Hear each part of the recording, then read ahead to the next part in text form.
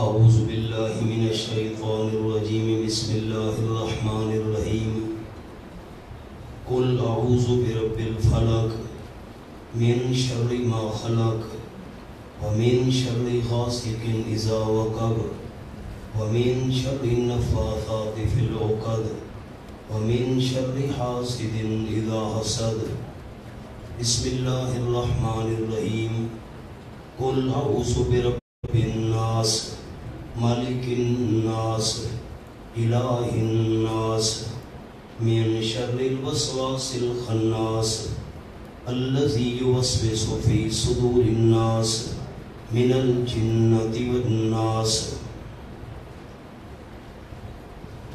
ان دونوں صورتوں کے حاشیے لکھ لے تاکہ پھر بیان کرنے میں آسانی ہو۔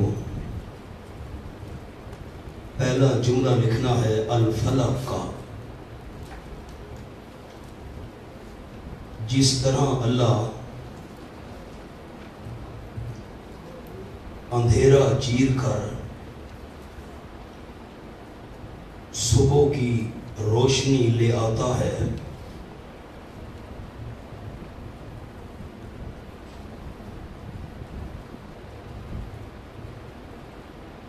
اسی طرح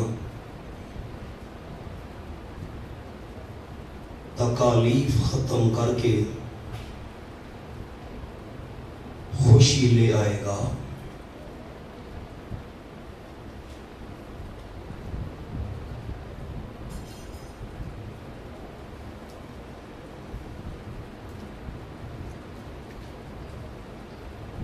دوسرا جملہ اس صورت کا لکھنا ہے من شر غاسق اذا وقب، اذا وقب کا۔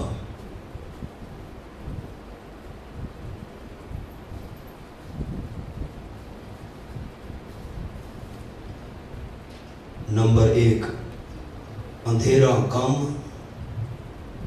نقصان کا خطرہ کم۔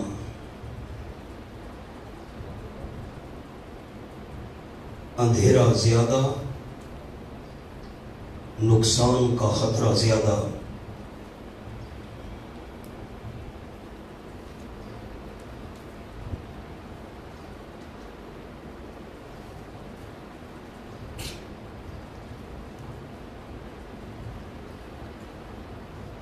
آگے من شر النفاثات، النفاسات کا جملہ۔ نمبر 1،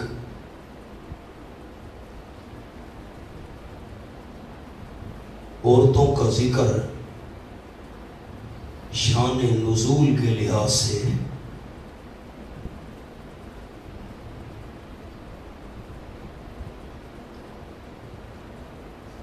نمبر 2، عورتیں مردوں کی نسبت زیادہ جادو کرتی تھیں۔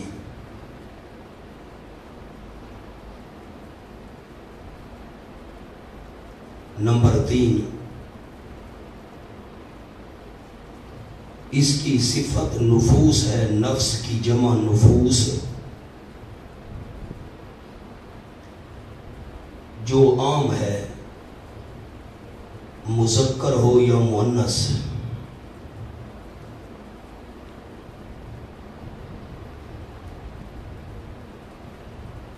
اب اذا حسد کا جملہ۔ نمبر 1، حسد قلبی،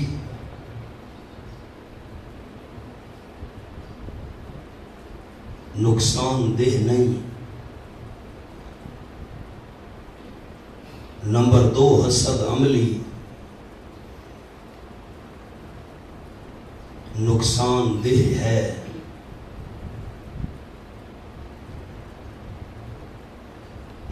یہاں اشارہ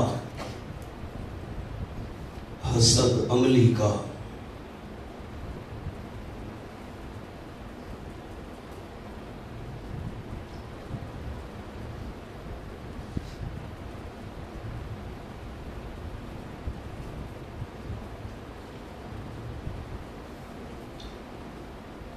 اب الفلق کے اوپر دیکھیں لکھا ہوا ہے دنیاوی مضرات سے پناہ مانگنے کا طریقہ، یہی جملہ ہم نے سورۃ الناس کے سامنے لکھنا ہے، بہت آگے پیچھے نہیں، ساتھ کر کے، ساتھ والا جو صفحہ ہے خالی اس کے ساتھ کر کے، کیونکہ اور چیزیں بھی لکھنی ہیں، لفظ صرف تبدیل کرنا ہے، دینی مضرات سے پناہ مانگنے کا طریقہ، بس یہ لفظ صرف دینی لکھنا ہے، لفظ دنیاوی کی جگہ باقی جملہ وہی ہے، دینی مضرات سے پناہ مانگنے کا طریقہ، یہ سورۃ الناس کا جملہ ہے۔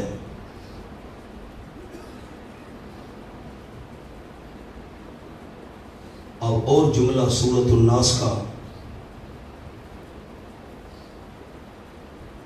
دشمن دو قسم،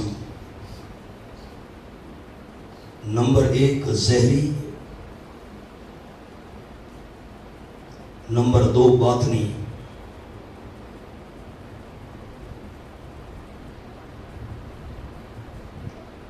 یہاں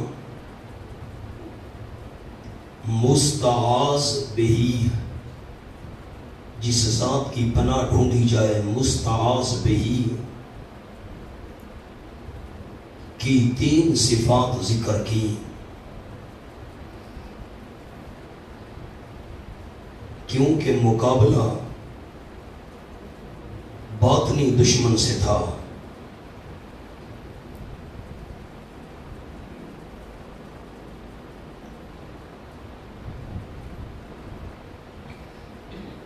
اور جملہ جی یہ برب الناس، مالک الناس، الہ الناس، ان کے 3 جملے۔ نمبر 1 خالق و مربی، صرف اللہ۔ نمبر 2 مالک، تخت بادشاہی پر خود متمکن ہے،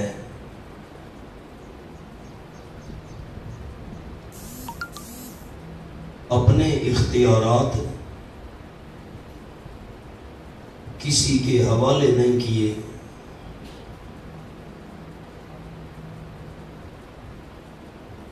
نمبر 3 الہ، مصائب و حوائج، مصیبت کی جمع اور حاجت کی جمع، مصائب و حوائج میں پکار کے لائق صرف اللہ۔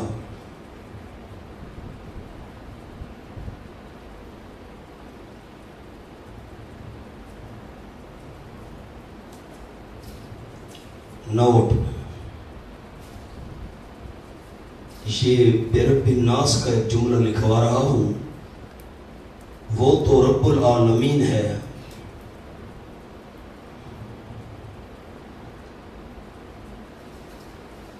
جواب سوائے جن و انس کے ساری مخلوق اللہ ہی کو رب مانتی ہے،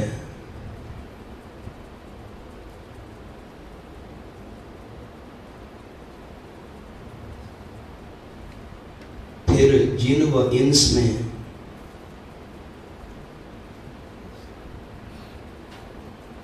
زیادہ قصوروار انسان ہے،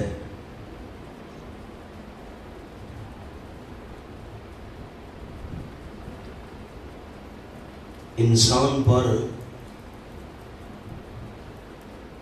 انعامات بہت ہیں،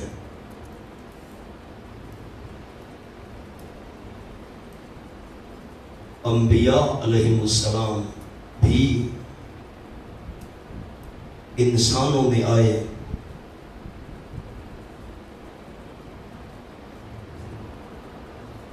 اس لیے برب الناس فرمایا۔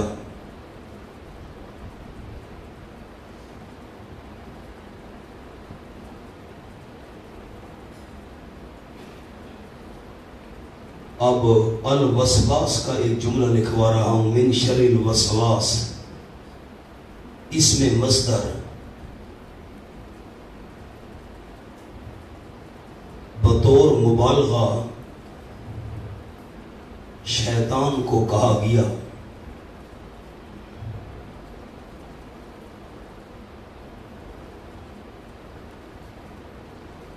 نمبر 1 وسوسہ اختیاری، نمبر 2 غیر اختیاری۔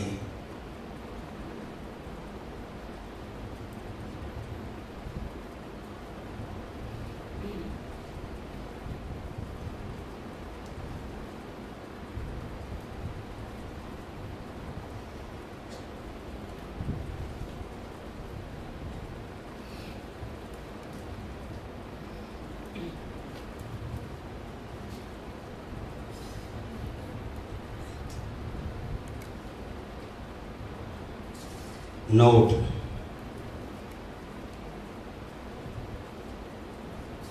آپ صلی اللہ علیہ وسلم پر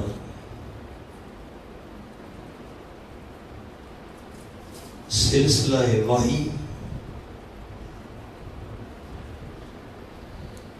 و تبلیغ کے علاوہ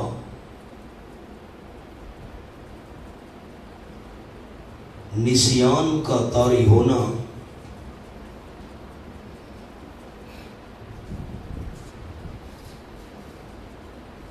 اور جسمانی مرض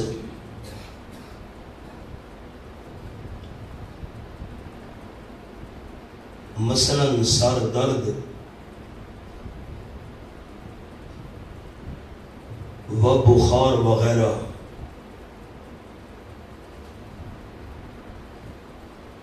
کا لاحق ہونا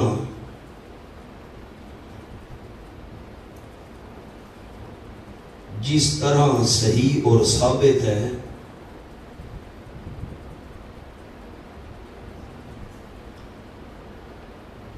اسی طرح آپ صلی اللہ علیہ وسلم پر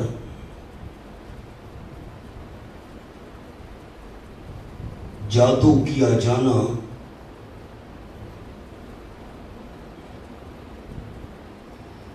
اور آپ پر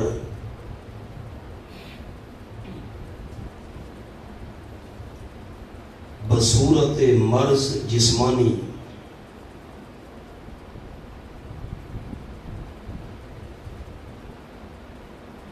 اس کا اثر ہو جانا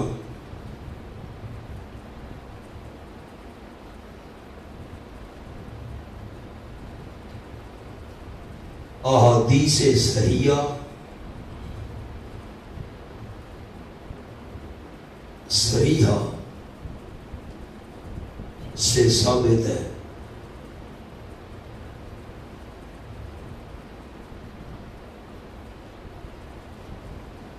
اور اس کا انکار گمراہی ہے۔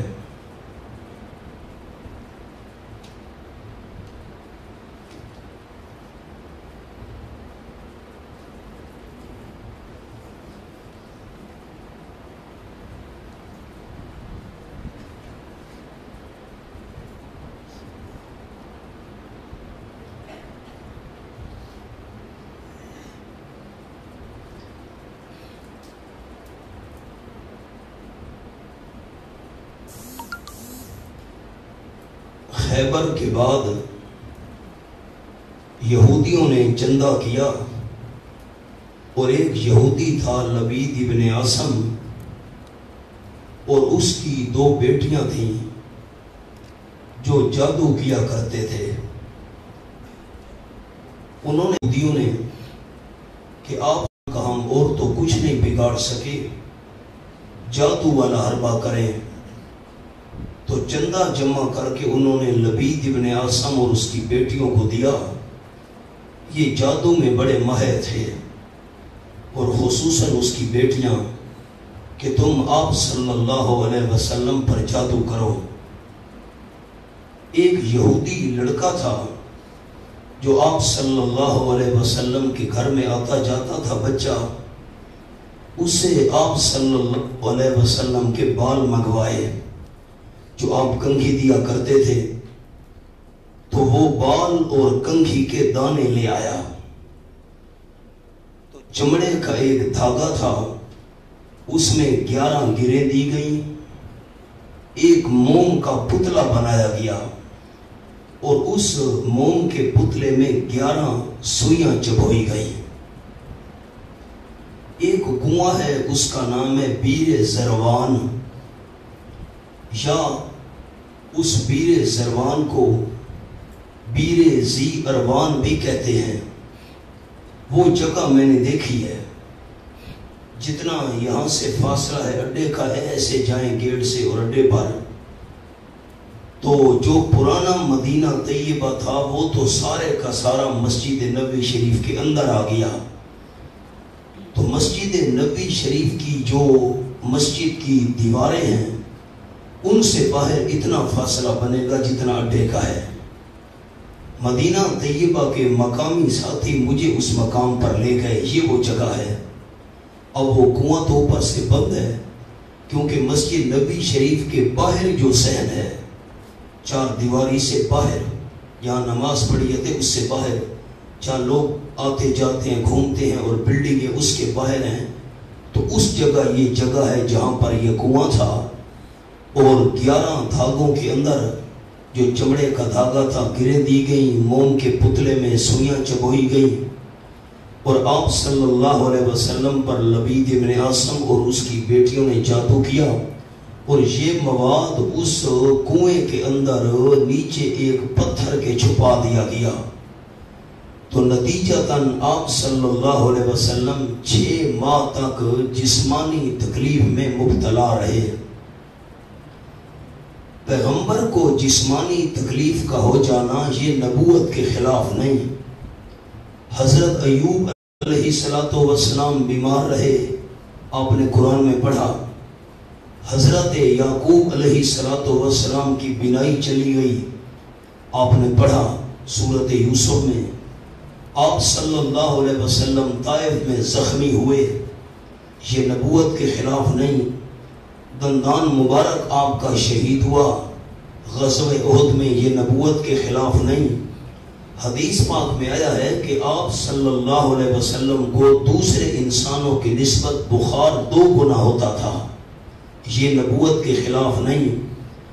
یہودیوں نے آپ صلی اللہ علیہ وسلم کو بکری کے گوشت میں زہر ملا کر کھلایا۔ ایک یہودی عورت نے دعوت کی، وفات کے وقت آپ صلی اللہ علیہ وسلم فرماتے تھے کہ میری گردن اس زہر کے اثر سے گردن کی رگ کٹ رہی ہے۔ تو یہ ساری باتیں بڑی تفصیل سے ہیں، میں نے خلاصہ آپ کو سنا دیا۔ پیغمبر کا جسمانی طور پر بیمار ہونا یہ نبوت کے خلاف نہیں، بلکہ الٹا دلیل ہے کہ آپ بشر تھے۔ اگر آپ صلی اللہ علیہ وسلم بشر نہ ہوتے تو آپ پر یہ جسمانی تکالیف یا پچھلے انبیاء علیہ السلام پر جسمانی تکالیف نہ آتی۔ حدیث پاک میں آیا کہ آپ صلی اللہ علیہ وسلم نماز پڑھاتے ہوئے بھول گئے، 4 رکعت پڑھانی تھی، 2 پر سلام پھیر دیا، تو یہ نبوت کے خلاف ہے؟ بھولنے سے پاک تو صرف اللہ کی ذات ہے۔ جادو کے اثرات سے آپ صلی اللہ علیہ وسلم کو یہ جسمانی تکلیف ہوئی کہ آپ دنیاوی معاملات میں بھول جاتے تھے کبھی کبھار۔ مثلا میں اپنی گھر والیوں کے قریب گیا ہوں یا نہیں، اب اس میں نبوت پر کوئی فرق نہیں پڑا۔ اور میں نے یہ جملہ سورۃ بنی اسرائیل میں لکھوایا تھا کہ دینی معاملات میں تو قطعاً آپ کو ظہور نہیں ہوا، بعض امور عادیہ کے اندر آپ کو ظہور ہوا، نسیان طاری ہوا اس جادو کے اثرات کی وجہ سے۔ آپ صلی اللہ علیہ وسلم سو رہے تھے کہ خواب کے اندر آپ صلی اللہ علیہ وسلم کے پاس 2 آدمی آئے۔ اب بظاہر تو وہ آدمی تھے، اصل میں تو وہ جبرائیل اور میکائیل فرشتے تھے۔ تو ایک آپ صلی اللہ علیہ وسلم کے سر کی جانب بیٹھ گیا اور دوسرا پاؤں کی جانب بیٹھ گیا، یہ نیند کی حالت میں۔ تو پاؤں کی جانب جو بیٹھا تھا اس نے کہا، سوال کیا سر کی جانب بیٹھنے والے سے، ان کو کیا ہے؟ تو جو سر کی جانب بیٹھا ہوا تھا آدمی، اس نے کہا بھئی آپ صلی اللہ علیہ وسلم پر جادو ہوا ہے۔ تو جو پاؤں کی طرح بیٹھا تھا فرشتہ انسان کی شکل میں، اس نے کہا کس نے کیا ہے؟ اٹک وہ تو نہیں لکھا ہوا۔ تو جو سر کی جانب بیٹھا تھا فرشتہ انسان کی شکل میں، اس نے کہا کہ فلاں یہودی نے کیا ہے، اس کی بیٹیوں نے کیا ہے، لبید نے اور اس کی بیٹیاں مل کر کیا۔ تو پاؤں کی طرف جو فرشتہ بیٹھا تھا اس نے سوال کیا کس چیز میں ہے؟ سر کی جانب جو فرشتہ بیٹھا تھا اس نے اس تیسرے سوال کا جواب دیا فلاں فلاں چیز میں ہے۔ یہ چمڑے کا دھاگا، اس میں 11 گرے، موم کا پتلا، اس میں 11 سوئیاں، اور یہ بیر زروان یا زی اروان، اس کے اندر پتھر کے نیچے یہ مواد پڑا ہوا ہے۔ آپ صلی اللہ علیہ وسلم کو جاگ ہوئی، حضرت علی رضی اللہ تعالی عنہ، حضرت زبیر رضی اللہ تعالی عنہ اور 2 اور آدمی، آپ ان صحابہ کرام کو لے کر اس جگہ پر گئے اور وہاں پتھر کے نیچے وہ مواد پڑا ہوا تھا۔ آپ صلی اللہ علیہ وسلم نے حکم دیا، بندے اترے اور پتھر کے نیچے سے وہ مواد نکالا۔ ایک ایک جبریل یہ دونوں صورتیں لے کر آئے۔ یہ ذہن میں رکھنا کہ ان دونوں صورتوں کا نزول 2 دفعہ ہوا ہے۔ امام رازی رحمہ اللہ نے لکھا تفسیر کبیر میں، آپ کے پاس جو لکھا ہوا ہے دیکھ لیں، سورۃ الفلق مکیۃ اور سورۃ الناس مکیۃ۔ منکرین حدیث جو آپ صلی اللہ علیہ وسلم پر جادو کے منکر ہیں، غلام احمد پرویز جیسے، حافظ اسلم جراج پوری جیسے، سر سید احمد خان جیسے، وہ کہتے ہیں کہ یہ سورۃ الفلق اور سورۃ الناس تو مکی صورتیں ہیں، جادو کا واقعہ تو مدینے میں پیش آیا۔ تو جس طرح سورۃ الفاتحہ کا نزول 2 دفعہ ہوا تھا، ایک دفعہ مکے میں، ایک دفعہ مدینہ شریف میں، اسی طرح ان دونوں صورتوں کا نزول بھی 2 دفعہ ہوا، ایک دفعہ مکے شریف میں، ایک دفعہ مدینہ طیبہ میں۔ جبریل امین یہ 11 آیات لے کر آئے، 5 سورۃ الفلق کی اور 6 سورۃ الناس کی۔ بھئی آپ ایک ایک آیت مبارکہ پڑھیں اور گرہ کھولیں۔ آپ صلی اللہ علیہ وسلم ایک ایک آیت مبارکہ پڑھتے گئے، گرہ کھولتے گئے، سوئی نکالتے گئے، 11 گرے بھی کھل گئی، 11 سوئیاں بھی نکل آئیں اور 11 آیات بھی مکمل ہوئی۔ آپ صلی اللہ علیہ وسلم نے فرمایا کہ جس طرح کسی اونٹ پر کوئی بوجھ ہوتا ہے، ایسے میری طبیعت پر بوجھ تھا، اب سارا بوجھ میرا اتر گیا ہے اور آپ کی طبیعت حشاش بشاش ہو گئی۔ جب آپ کو اللہ نے صحت جسمانی عطا کر دی تو حدیث پاک میں آیا، حضرت عائشہ رضی اللہ تعالی عنہ کو جب آپ نے یہ قصہ بتایا تو انہوں نے عرض کی حضرت یہ لوگوں کو بتائیے کس نے جادو کیا ہے؟ صحابہ کرام بدلہ نے۔ آپ صلی اللہ علیہ وسلم نے فرمایا اللہ نے مجھے شفا دے دی ہے، میں کیا بتاتا پھر، چھوڑو، یہ سارا ہے پس منظر۔ اور میں نے آپ کو جملہ لکھوا دیا کہ احادیث صحیحہ صریحہ سے یہ ثابت ہے، اس کا انکار گمراہی کے سوا کچھ نہیں۔ جو منکرین حدیث سر سید احمد خان اور ان کے حواری اور ٹولہ پرویز جیسے اور حافظ اسلم جراج پوری جیسے منکرین حدیث، یہ انہوں نے انکار کیا ہے۔ تمام اہل سنت والجماعت اس بات پر متفق ہیں۔ اب ذرا ان آیات کو دیکھ لیں، آپ کے پاس لکھا ہوا ہے کل کے نیچے، یعنی آپ جب توحید کھول کر بیان کریں گے تو دشمن آپ پر آخری حربہ استعمال کریں گے۔ پڑھیں تو صحیح، دشمن آپ پر آخری حربہ استعمال کریں گے، جادو کریں گے، لہٰذا ان 2 صورتوں کو اکثر پڑھا کریں۔ اب ذرا جو غور کرنے کی بات ہے دونوں صورتیں میں وہ یہ ہے کہ سورۃ الفلق کے اندر مستعاذ منہ 3 چیزیں ہیں جن سے پناہ مانگی گئی۔ من شر غاسق کے نیچے لکھا ہوا ہے اول، من شر غاسق اذا وقب 1، من شر نفاسات پر لکھا ہے 2، اور من شر پر لکھا ہوا ہے سوم۔ اللہ کی صفت ایک بیان کی گئی ہے مستعاذ بہی، جس کی پناہ ڈھونڈی جا رہی ہے، اس کی ایک صفت برب الفلق، اور جن چیزوں سے پناہ مانگنی تھی وہ 3 چیزیں بیان کی گئی ہے۔ اگلی صورت کے اندر دیکھیں کہ برب الناس، اس میں مستعاذ پہ ہی نیچے الناس کے لکھا ہے، برب الناس کے نیچے اول، مالک الناس کے نیچے لکھا ہے دوم، الہ الناس کے نیچے لکھا ہے سوم، یعنی جس کی پناہ ڈھونڈنی ہے اللہ کی، اس کی 3 صفتیں بیان کی گئی۔ الٹ ہے بالکل بات، پچھلی صورت میں اللہ کی صفت 1، اس صورت میں اللہ کی صفتیں 3۔ جن چیزوں سے پناہ مانگنی تھی وہ چیزیں پچھلی صورت میں 3، اور جن چیزوں سے پناہ مانگنی تھی سورۃ الناس میں وہ چیز ہے 1۔ نیچے لکھا ہے من شر الوسواس الخناس کے نیچے لکھا ہے الوسواس کے نیچے مستعاذ منہ، کس سے پناہ ڈھونڈی جا رہی ہے؟ وسوسے ڈالنے والے شیطان کے شر سے۔ تو میں نے آپ کو جملہ لکھوا دیا کیونکہ مقابلہ تھا شیطان سے، اس لیے اللہ کی صفتیں 3 ذکر کی گئی ہیں۔ سب سے بڑا دشمن ہے شیطان۔ اور کل فرما دیجئے میرے محبوب صلی اللہ علیہ وسلم اعوذ، میں پناہ ڈھونڈتا ہوں، لکھا ہوا ہے مستعیذ پناہ ڈھونڈنے والا وہ میں ہوں۔ اور برب الفلق، کس کی ساتھ؟ رب کے، ایسا رب جو کس کا مالک ہے؟ برب الفلق، جو فلک کا مالک ہے۔ اوپر لکھا ہوا ہے صبح، فلک کہتے ہیں چیرنے کو۔ میں نے آپ کو جملہ لکھوا دیا، جس طرح اللہ اندھیرا چیر کر، جملے کو تو دیکھیں، جس طرح اللہ اندھیرا چیر کر صبح کی روشنی لے آتا ہے، اسی طرح تکالیف ختم کر کے خوشی لے آئے گا۔ میں پناہ میں آتا ہوں صبح کے رب کی۔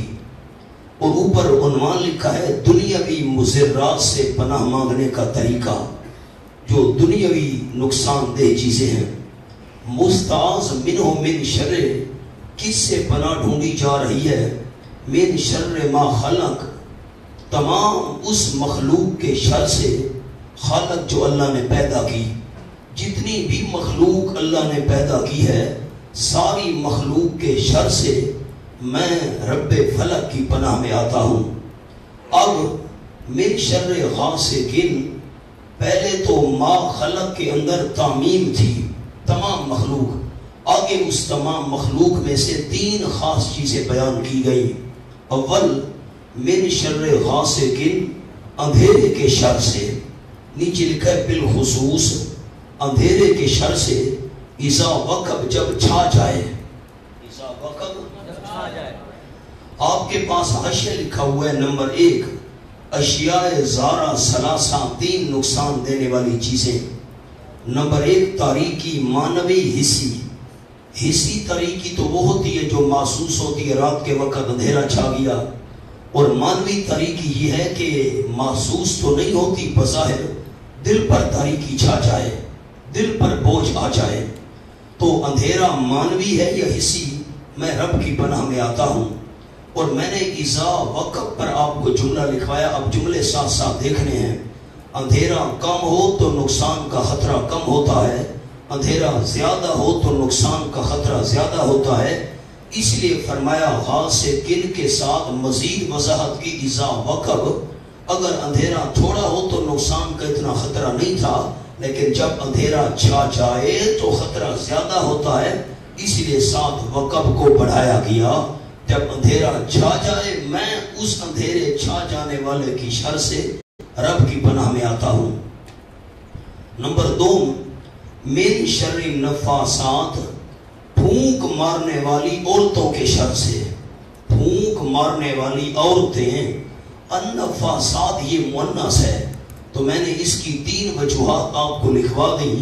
عورتوں کا ذکر کیوں کیا؟ پھونک مارنے والی عورتوں کے شر سے۔ پہلا اس کا جواب آپ کو لکھوائے، یہ شان نزول کے اعتبار سے، چونکہ جادو کیا عورتوں نے تھا، لبید ابن عاصم کی بیٹیوں نے بڑی جادو کرنیاں تھی، وہ بے ایمان۔ اور دوسرا جواب آپ کو لکھوایا علماء کرام نے دیا کہ عورتیں مردوں کی نسبت جادو کرتی زیادہ تھی۔ تیسرا جواب آپ کو کیا لکھوایا کہ النفاسات، اس کی یہ صفت ہے نفوس کی، تو عبارت کیا تھی؟ من شر النفوس النفاسات، عبارت کیا تھی؟ من شر نفوس النفاسات. اور نفوس یہ عام ہے، مذکر ہو یا مؤنث، مذکر ہیں یا مؤنث ہیں، میں ان کی شر سے اللہ تیری پناہ میں آتا ہوں. اور پھونک مارنے والی قسمیں فی العقد گروہ میں، وہ جو 11 گریں لگائی تھی. اور نمبر 3 کس سے پناہ ڈھونڈی جا رہی ہے؟ من شر حاسد، حسد کرنے والے کے شر سے. اب میں نے آگے اذا حسد نہیں پڑھا بھی، کیونکہ حسد ہے 2 قسم. ایک ہوتا ہے حسد قلبی، وہ نقصان دہ نہیں ہوتا، میرے دل کے اندر حسد ہے اور رہے کسی کی، ہائے اس کو یہ چیز کیوں مل گئی، ہائے اس کو یہ نعمت کیوں مل گئی، ہائے اس کے پاس یہ شان و شوکت کیوں ہے، ہائے یہ دنیاوی اور دینی علم وغیرہ کیوں ہے. تو دل میں حسد رہے تو نقصان نہیں ہوتا، لیکن جب حاسد عملی کام شروع کر دے تو نقصان ہوتا ہے. اس لیے ساتھ قید بڑھائی گئی اذا حسد. حسد عملی نقصان دہ ہوتا ہے حسد کرنے والے کے شر سے. جب حسد کرنے لگے تو اذا حسد میں اشارہ ہے حسد عملی کا. دل میں وہ حسد رکھے رہے، مجھے کوئی فکر نہیں ہے.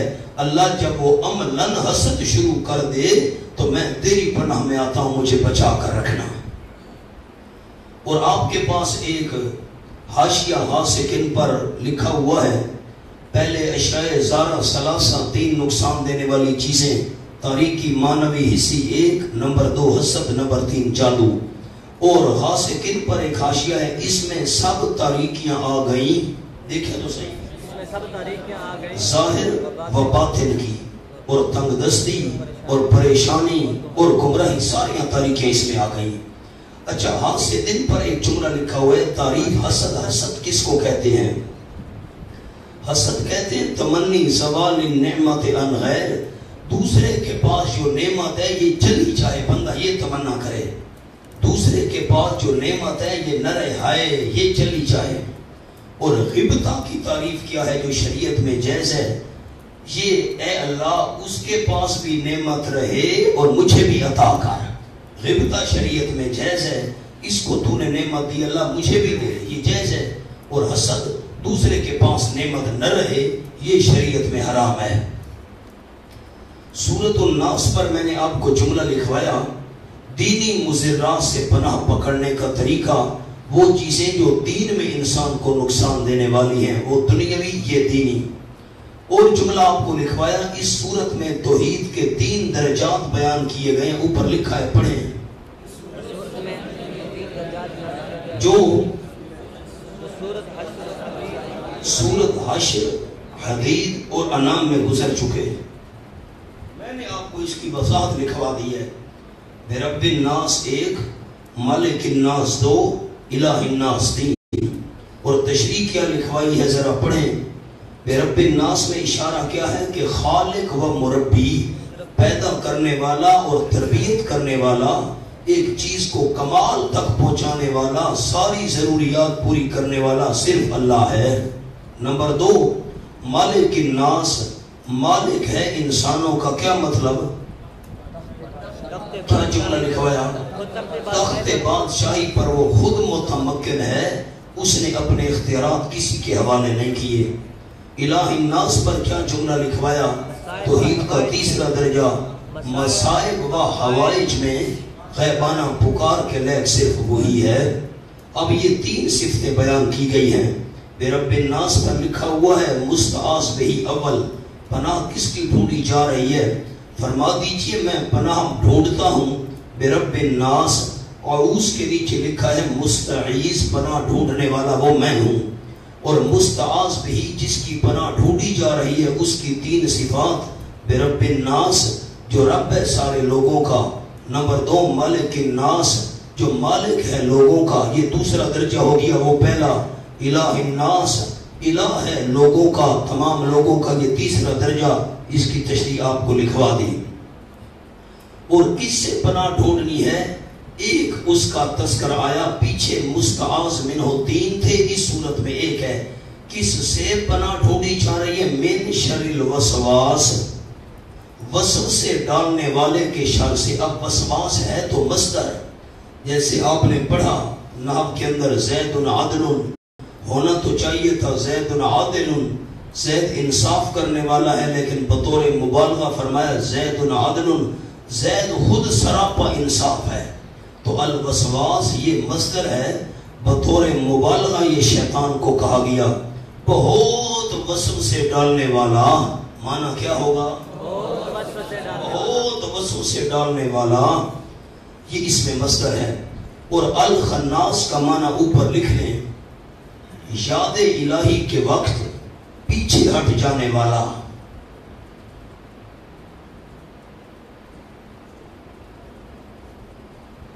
یاد الہی کے وقت پیچھے ہٹ جانے والا۔ اور مشغلہ کیا ہے اس خناس کا؟ الذی یوسوس فی صدور الناس، وہ جو وسوسے ڈالتا ہے لوگوں کے سینوں میں۔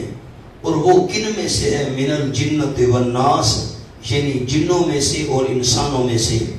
میں نے آپ کو جملہ لکھوایا کہ دشمن ہیں دو قسم، ظاہری اور باطنی۔ یہاں مستعاذ بھی جس کی پناہ ڈھونڈی جا رہی ہے اللہ، اس کی تین صفات کیوں ذکر کی گئی ہیں؟ مقابلہ باطنی شیطان سے تھا، جس سے مقابلہ بڑا مشکل ہے۔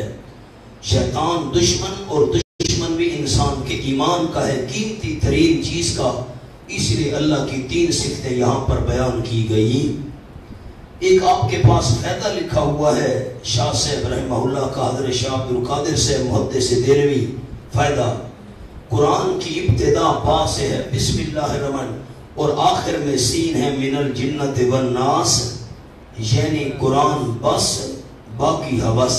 پڑھیں، قرآن بس باقی ہوس، باقی ساری دنیا کے لالچ ہیں، اصل انسان کے لیے قرآن بس ہے، قرآن کافی ہے۔ یہ تو مختصر سا انداز تھا جو میں نے آپ کو عرض کر دیا۔ سورت کا پس منظر بھی آپ کے سامنے بیان کر دیا۔ سورت 7 کھولیے، آیت نمبر 41۔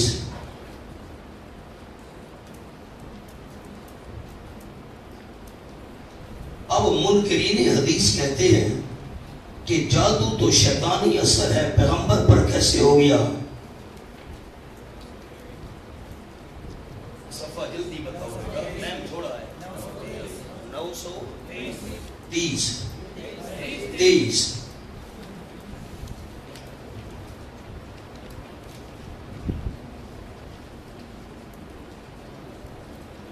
چوتھی سطر ہے، وَاذْكُرْ عَبْدَنَا ایوب، ذکر کیجیے ہمارے بندے حضرت ایوب علیہ السلام کا۔ اِذْ نَادَى رَبَّهُ أَنِّي مَسَّنِيَ الشَّيْطَانُ، جب پکارا انہوں نے اپنے پروردگار کو، یقیناً پہنچ چکا ہے مجھ کو شیطان۔ شیطان نے مس کیا ہے، پیغمبر کو شیطان نے کیسے مس کیا؟ صاف لفظ آئے ہوئے ہیں۔ یہ ان لوگوں کا جواب ہے جو کہتے ہیں جادو شیطانی اثر ہے، پیغمبر پر کیسے ہو گیا؟ انی مسنی الشیطان، ایوب علیہ السلام کو شیطان کیسے مس کر دیا؟ کھولیے سورۃ الاعراف، بالکل آخر ہے، مکمل ہو رہی ہے، آیت نمبر 200، بالکل آخری آیات ہیں سورۃ الاعراف کی۔ صفحہ 363۔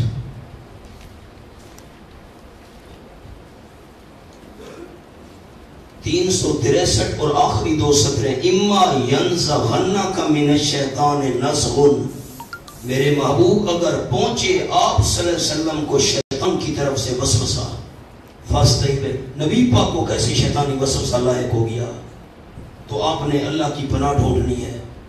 جب بھی شیطانی وسوسہ پہنچے آپ کو، اللہ کی پناہ ڈھونڈیے۔ آپ صلی اللہ علیہ وسلم کا ذکر ہو رہا ہے نا، یہ عام سی باتیں ہیں جس کو ہم کہتے ہیں یہ دیہاتیوں والی باتیں، تلی واٹوے مسئلے، یہ سطحی سی باتیں، سطحی سی، جن کے اندر کوئی مضبوط بنیاد نہیں ہے۔ یہ جادو کا اصل عوامی باتیں، عوام کو بہلانے کے لیے باتیں۔ کھولو سورۃ الانعام آیت نمبر 68۔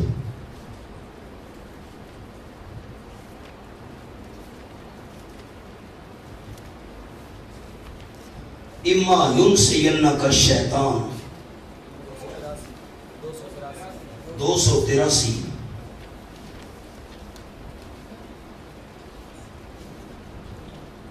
چوتھی سطر ہے، وَإِذَا رَأَيْتَ الَّذِينَ يَخُوضُونَ فِي آيَاتِنَا، جب آپ دیکھیں ان لوگوں کو جو کج باسی کرتے ہماری آیات میں، آیات کا غلط مطلب تشریح کرنی، فَعَارِضْ عَنْهُمْ، میرے محبوب آپ کنارہ کریں ان سے، یہاں تک کہ یخوضوا فی حدیث غیری، وہ مشغول ہو جائیں اس کے علاوہ اور باتوں میں۔ وَإِمَّا يُنْسِيَنَّكَ الشَّيْطَانُ، اگر شیطان آپ صلی اللہ علیہ وسلم کو بھلوا دے، فَلَا تَقُعْدْ بَعْدَ الذِّکْرِ، یاد آنے کے بعد نہ بیٹھنا پھر، مَعَ الْقَوْمِ الظَّالِمِينَ، ظالم قوم کے ساتھ۔ شیطان نے آپ کو بھلوا دیا، ان کے ساتھ بیٹھ گئے، جب یاد آئے فرو نبی پاک پر شیطان کا کیسے اثر ہو گیا؟ اِمَّا يُنْسِيَنَّكَ الشَّيْطَانُ، شیطان نے بھلوا دیا نا، یہ سچی باتیں ہیں۔ جادو جی شیطانی اثر ہے، نبی پر کیسے ہو سکتا ہے؟ اِمَّا يُنْسِيَنَّكَ الشَّيْطَانُ کہاں جائے گا؟ اچھا آئیے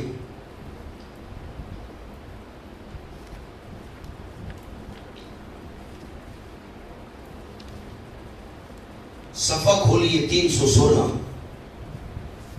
پہلی سطر، سورۃ الاعراف۔ فَوَسْوَسَ لَهُمَ الشَّيْطَانُ، وسوسہ ڈالا حضرت آدم اور اماں حوا کے لیے شیطان نے کیسے وسوسہ ڈال دیا؟ کیسے اثر ہو گیا شیطانی وسوسے کا؟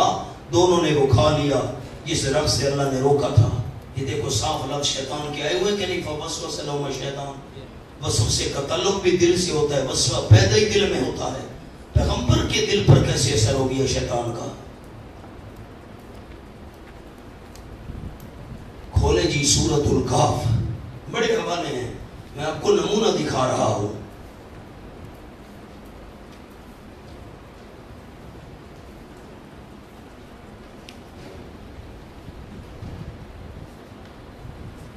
صفحہ 613، سورۃ الکہف 15واں پارہ، 1 2 3 4 5ویں سطر۔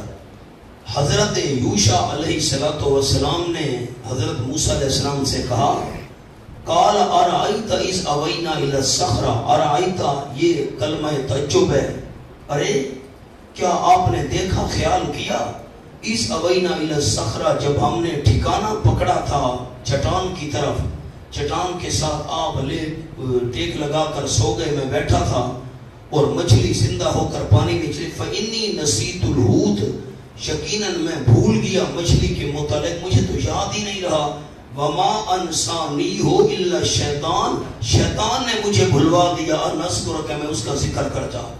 یوشع علیہ السلام کہہ رہے ہیں، یوشع علیہ السلام شیطان نے مجھے بھلوایا۔ یوشع علیہ السلام ان پر کیسے شیطان کا اثر ہو گیا؟ ہونا یہ سچی باتیں ہیں ساری، عوام کو بہلانے کے لیے جادو شیطانی اثر ہے۔ اور ذہن میں رکھنا بات جو میں عید پیش کرنے لگا ہوں، پہلا پارہ،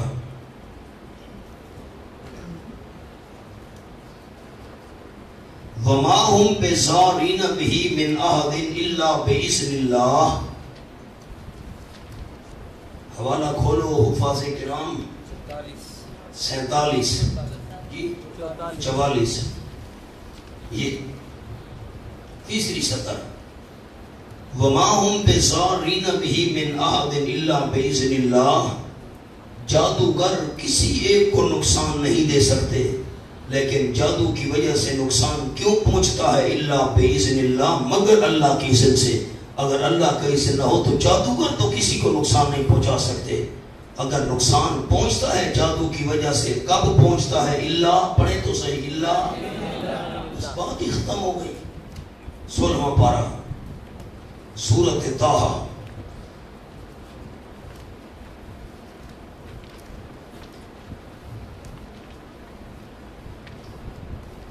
یُخَیَّلُ إِلَیْهِ مِنْ سِحْرِهِمْ أَنَّهَا تَسْعَىٰ، صفحہ 642، 642۔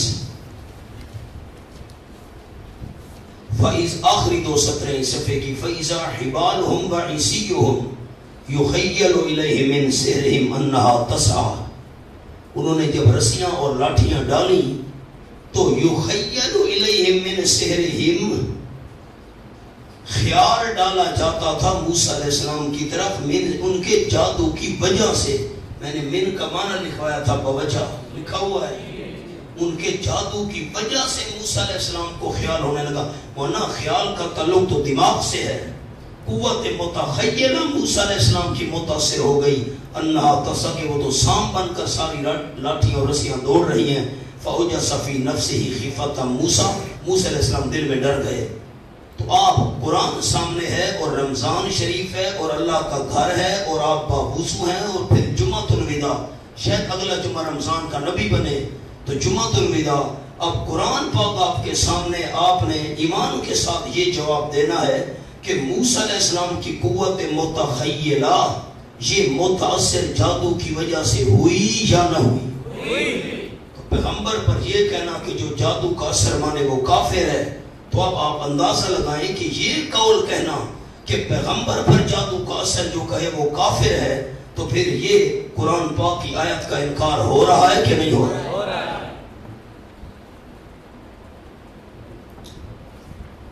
یہ سدی باتیں ہیں، سدی منکرین حدیث کی۔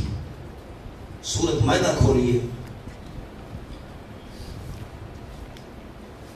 6 پارہ، واللہ یعصمک من الناس،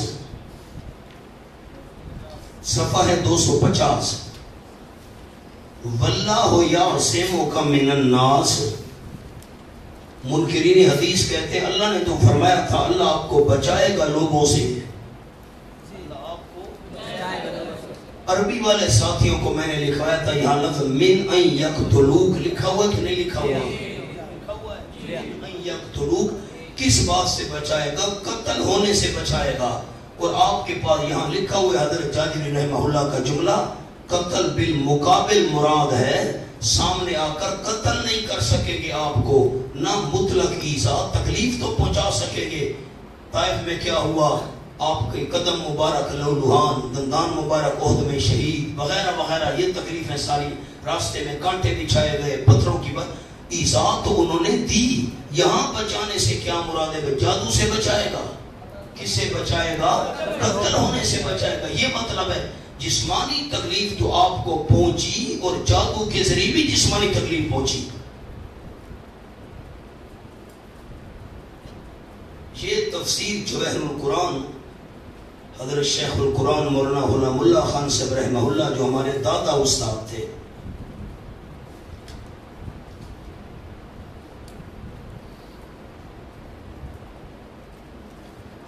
میں اٹک نیچے تو نہیں لکھا ہوا،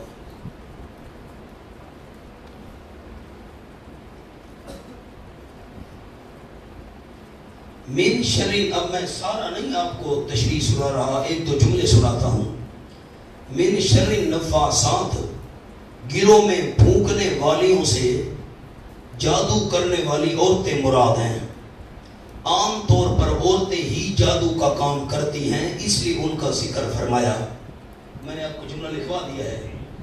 یا اس سے لبید ابن عاصم یہودی کی بیٹیاں مراد ہیں جنہوں نے رسول اللہ صلی اللہ علیہ وسلم پر جادو کیا تھا، جنہوں نے رسول اللہ صلی اللہ علیہ وسلم پر جادو کیا تھا۔ اور اوپر ربط اور خلاصہ کا عنوان دے کر حضرت شیخ لکھتے ہیں جب آپ مسئلہ توحید کو اس طرح واش گاف کریں گے اور کھلم کھلا بیان فرمائیں گے تو دشمن ایذا کے دوسرے حربوں کے علاوہ آپ پر جادو کرنے کا حربہ بھی استعمال کریں گے۔ آگے سننا، اس لیے آپ صلی اللہ علیہ وسلم ان دونوں صورتوں کی اکثر تلاوت کیا کریں، آپ پر جادو کا اثر نہ رہے گا۔ آپ پر جادو کا اثر، اگر نبی علیہ السلام پر اثر نہیں ہوا تھا اور آپ صلی اللہ علیہ وسلم کو صورتیں پڑھنے کا حکم کیوں دیا گیا اور حضرت شیخ نے یہ جملہ کیوں لکھا کہ آپ پر جادو کا اثر نہ رہے گا؟ ہوا تو پڑھنے سے نہیں رہے گا نا، ہوا تو پڑھنے سے دو صورتیں پڑھے۔ اب یہ کہا جائے کہ جو کہے آپ پر اثر ہو وہ کافر ہے، پھر حضرت شیخ القرآن مولانا غلام اللہ خان کافر تھے؟ ورنہ ہمارے اندر تو اتنی جرت نہیں ہے کہ جن کے ذریعے اللہ کا قرآن اور قرآن کا فہم ہم تک پہنچا ہم کہیں وہ کافر تھے۔ سارے اہل سنت والجماعت، اس لیے میں نے آپ کو جملہ لکھوا دیا ہے کہ احادیث صحیحہ سریحہ سے یہ بات ثابت ہے آپ صلی اللہ علیہ وسلم پر جادو ہوا اور اس کی وجہ سے آپ کو جسمانی تکلیف ہوئی، اور جسمانی تکلیف کا ہونا یہ نبوت کے خلاف نہیں، اس کا انکار کھلم کھلا گمراہی ہے۔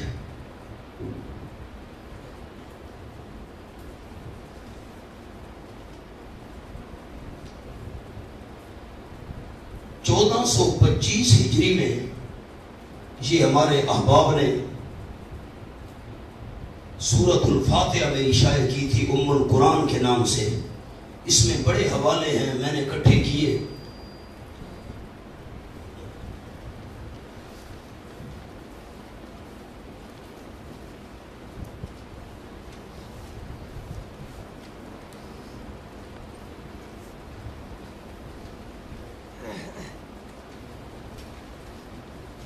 بڑے اس میں عجیب عنوان میں نے دیے، سورۃ فاتحہ کے نام، سورۃ الفاتحہ کی فضیلت، پھر اس میں سورۃ الفاتحہ کی 20 تقریریں بڑے عجیب انداز میں۔ سورۃ فاتحہ کے اندر جو خصوصی پوائنٹ ہیں، ذکر اللہ کی قسمیں کتنی ہیں، تسبیح، تعوذ، پھر تسمیہ، اور پھر حمد، اور پھر قرآن میں حمد کا ذکر کہاں کہاں آیا، یہ لفظ اللہ پر گفتگو، غیر اللہ سے ربوبیت کی نفی، غیر اللہ سے الوہیت کی نفی،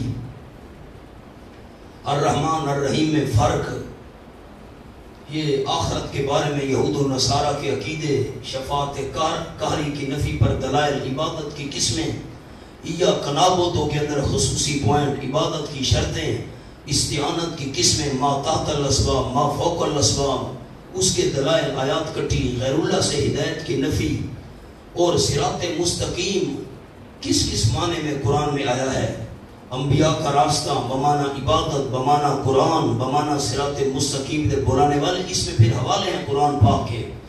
صراط مستقیم سے روکنے والے یہ کون کون سے ہیں، اس کے دلائل، شیطان 1، سادات اور کبرا 2، احبار و رہبان 3، اور صراط مستقیم پر نہ چلنے والے یہ، اور انعمت علیہم، اس سے مراد کون ہے، یہ آیتیں۔ اچھا، اس سے کون کون مراد ہے، یہ ساری، یہ بڑی تفصیل میں نے لکھی ہے اس میں۔ غضب کے اسباب قرآن میں 12 ہیں، غیر المغضوب، وہ سارے حوالے اکٹھے کیے۔ اچھا، اور گمراہی کے اوصاف قرآن میں کتنے ہیں، وہ حوالے اکٹھے کیے۔ سورۃ فاتحہ میں بندے کے اوصاف کتنے ہیں، اللہ کے اوصاف کتنے ہیں، یہ ساری تفصیل ہے اس کے اندر۔ میں آپ کو مختصر 3 تقریریں سنا دیتا ہوں۔ سورۃ فاتحہ کے نام بھی بہت سارے ہیں، ایک نام ہے فاتحہ، اس سے قرآن پاک کا افتتاح کیا گیا، اور ایک سورۃ فاتحہ کا مشہور نام ہے ام القرآن، یہ سارے قرآن مجید کا خلاصہ ہے۔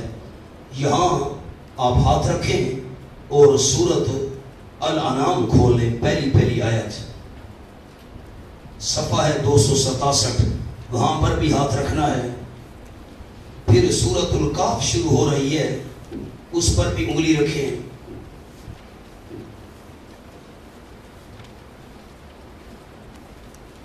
صفحہ ہے 599۔ آگے آئیں، سورۃ سبا شروع ہو رہی ہے، اس پر بھی انگلی رکھیں، یہ 880،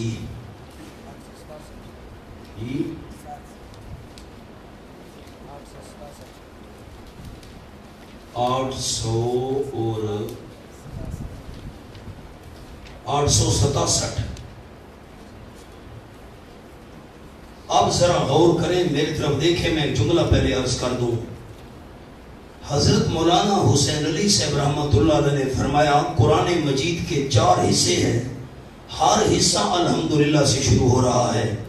حضرت فرماتے تھے پہلا حصہ سورۃ فاتحہ سے شروع ہو رہا ہے، الحمدللہ، پہلا قرآن پاک کا حصہ۔ دوسرا حصہ فرماتے تھے شروع ہو رہا ہے الحمدللہ، یہ سورۃ الانعام سے، اور تیسرا حصہ شروع ہو رہا ہے الحمدللہ سورۃ الکہف سے۔ آپ کے پاس سورۃ الکہف کے ساتھ یہ حاشیے پر لکھا ہے یہاں سے قرآن کا تیسرا حصہ شروع ہے، لکھا ہوا ہے دیکھیں، اور اس میں یہ بیان ہوگا، لکھا ہے تخت بادشاہی پر خود وہی قائم ہے، یہ مضمون سورۃ سبا تک جائے گا. آئیے سبا تک، یہ احزاب تک مکمل ہو گیا. اور الحمدللہ سورۃ سبا پر کیا لکھا ہے؟ یہاں سے قرآن کا چوتھا حصہ شروع ہو رہا ہے. اب ذرا خیال، پہلا حصہ کہاں سے کہاں تک ہے مجھے ساتھی بتائیں، میں آپ کے لیے دعا کروں. الحمد شریف سورۃ فاتحہ سے لے کر سورۃ انعام کے شروع تک، گویا کہ یوں کہہ لیں کہ مائدہ کے آخر تک. سورۃ الانعام سے دوسرا حصہ. پہلے حصے کے اندر حضرت فرماتے تھے مضمون یہ ہے کہ ہر ایک چیز کو پیدا کرنے والا صرف اللہ. پہلے حصے کا خلاصہ کیا ہے؟ خالق صرف اللہ. خالق آسان لفظ. پہلے حصے میں خالقیت کا بیان ہے. کس کا؟ دوسرا حصہ سورۃ الانعام سے شروع ہوا اور چلتے چلتے کہاں تک آ گیا؟ سورۃ بنی اسرائیل کے آخر تک. حضرت فرماتے تھے رحمہ اللہ دوسرے حصے میں ربوبیت کا بیان ہے. کیا مطلب؟ کہ پیدا کرنے والا بھی صرف اللہ اور ایک چیز کو حد کمال تک پہنچانے والا بھی صرف اللہ. انشاء شیء حالن فحالن الی حد تمام. یوں سمجھے آسان الفاظ میں ساری ضروریات پوری کرنے والا صرف اللہ. پیدا بھی اللہ نے کیا ایک حصہ، اور ضروریات بھی ساری مخلوق کی خود اللہ پوری کر رہا ہے. پہلے حصے میں خالقیت، دوسرے حصے میں ربوبیت. تیسرا حصہ شروع ہو گیا سورۃ الکاف سے لے کر یہ سورۃ احزاب کے آخر تک جائے گا. حضرت فرماتے تھے رحمہ اللہ تیسرے حصے کے اندر مسئلہ بیان کیا گیا کہ اللہ نے اپنے اختیارات کسی کے حوالے نہیں کیے، اور میں اس کو آسان الفاظ میں کہوں مالکیت کا بیان. کیا؟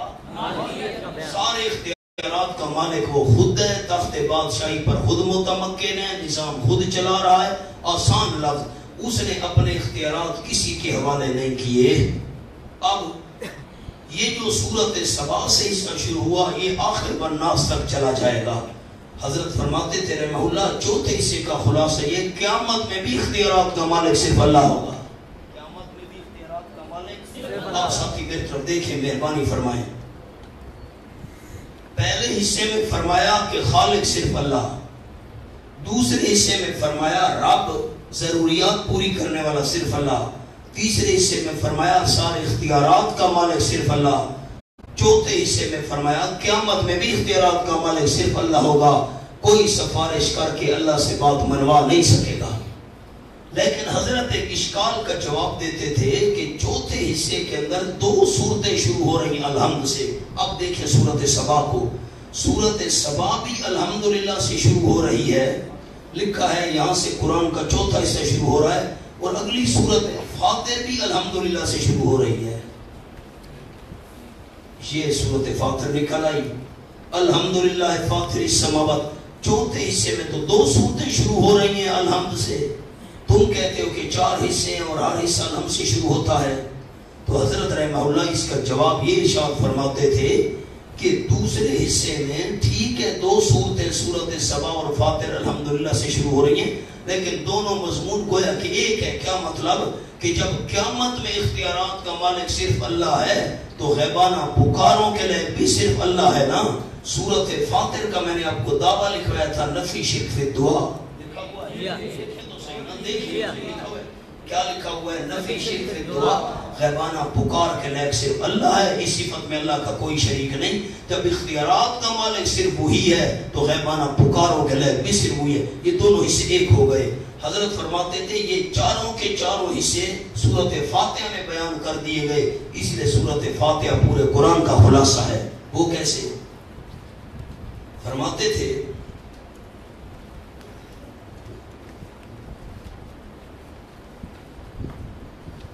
الحمدللہ حصہ اول کی طرف اشارہ ہے. آپ کے پاس اوپر لکھا وہ بھی ہے حصہ اول کی طرف اشارہ ہے. لفظ اللہ سے وصف مشہور مراد ہے.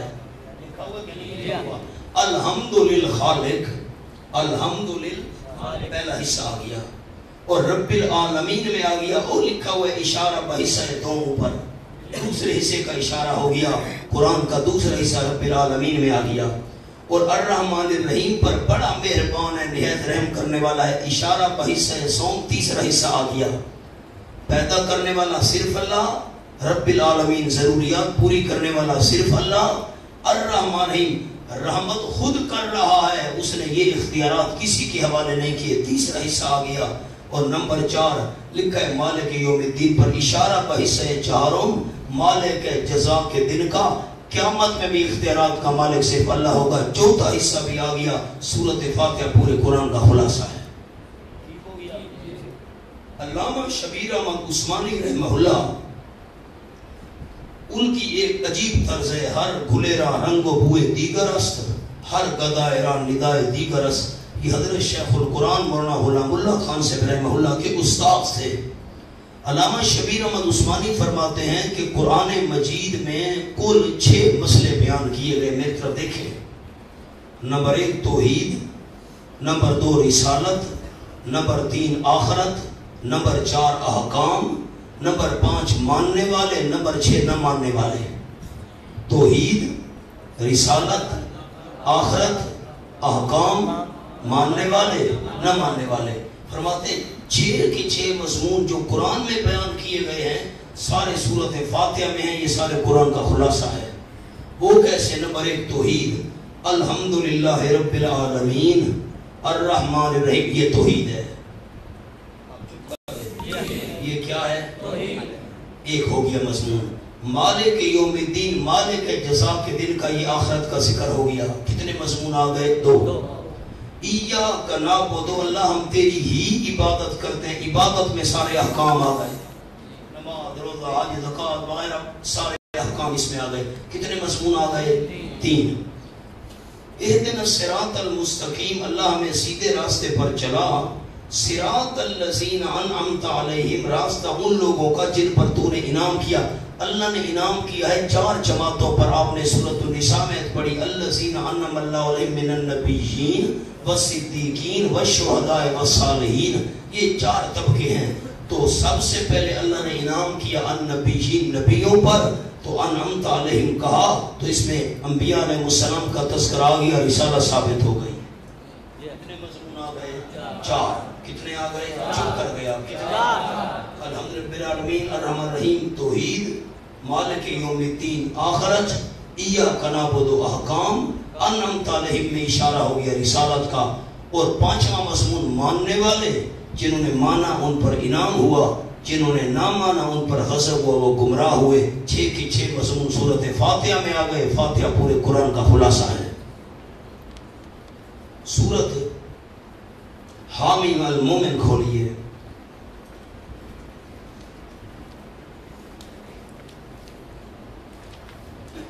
یہ صفحہ ہے 945 شروع ہو رہی ہے۔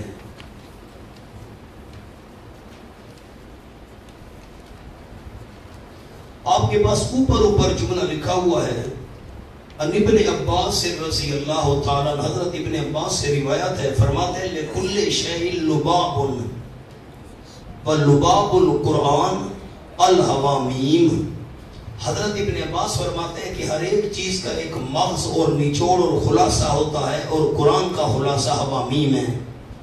سورۃ حامیم المومن کے اندر جو دعویٰ کیا گیا تھا فَادْعُوا اللَّهَ مُخْلِصِينَ لَهُ الدِّينَ، غیبانہ پکاروں کے لائق صرف اللہ ہے۔ پھر آگے جو 6 صورتیں تھیں ان میں ایک ایک شبے کا جواب دیا گیا، شبے ساتھ ساتھ بیان کیے تھے، لکھے ہوئے بھی ہیں۔ تو خلاصہ کیا نکلا کہ ساری حوامیم کا خلاصہ فَادْعُوا اللَّهَ مُخْلِصِينَ لَهُ الدِّينَ۔ جب آپ کتابیں پڑھتے ہیں نا تو کتاب کے شروع میں ایک ابتدائیہ ہوتا ہے، افتتاحیہ۔ تو سورۃ الزمر کھولے پیچھے شروع ہو رہی ہے۔ میں نے سورۃ الزمر میں آپ کو دعویٰ لکھوایا تھا نفی شرک فی العبادت، نہیں لکھا ہوا ہے، کیا لکھا ہوا ہے؟ تو سورۃ زمر کا دعویٰ ہے، یہ دوسری سطر ہے، فَاعْبُدِ اللَّهَ مُخْلِصًا لَهُ الدِّينَ، صفحہ 928۔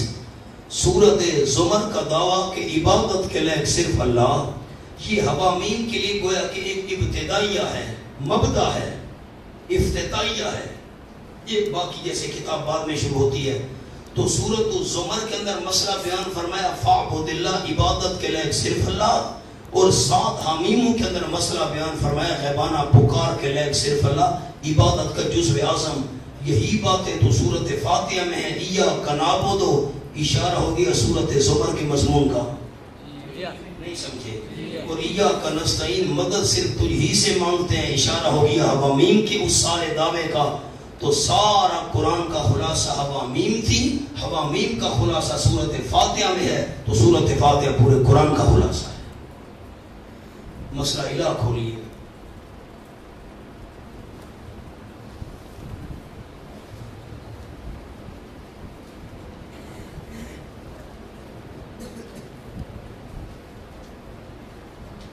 حضرت شیخ جاجری رحمہ اللہ، ان کا جو انداز ہے اور مقدمہ کتاب التوحید بہت موٹی ہے، میں نے اس سے یہ تلخیص کیا ہے۔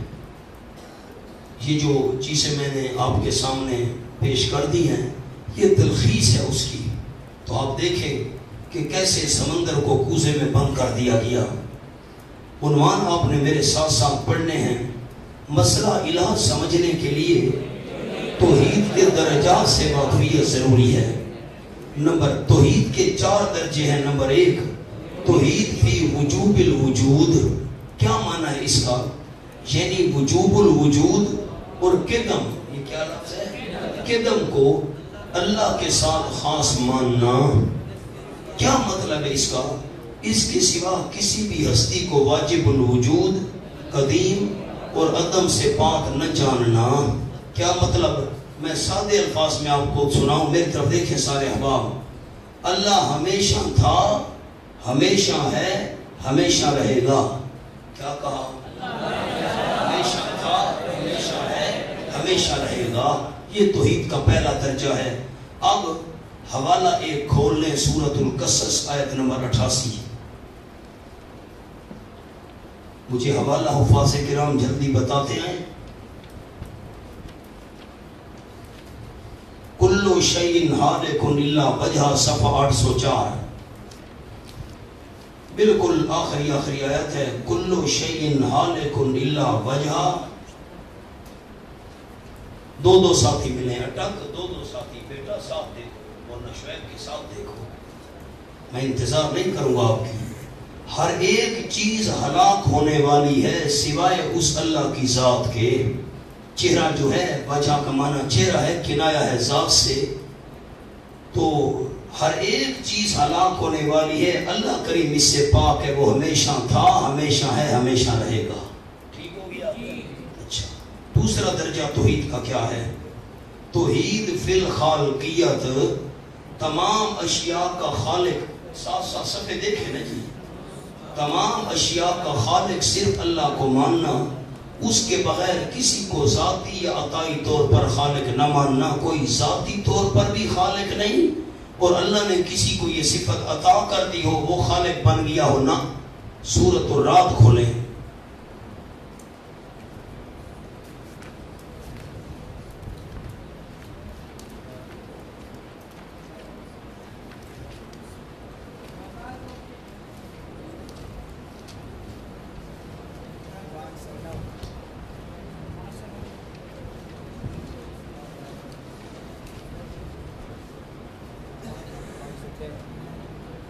پانچ سو 13۔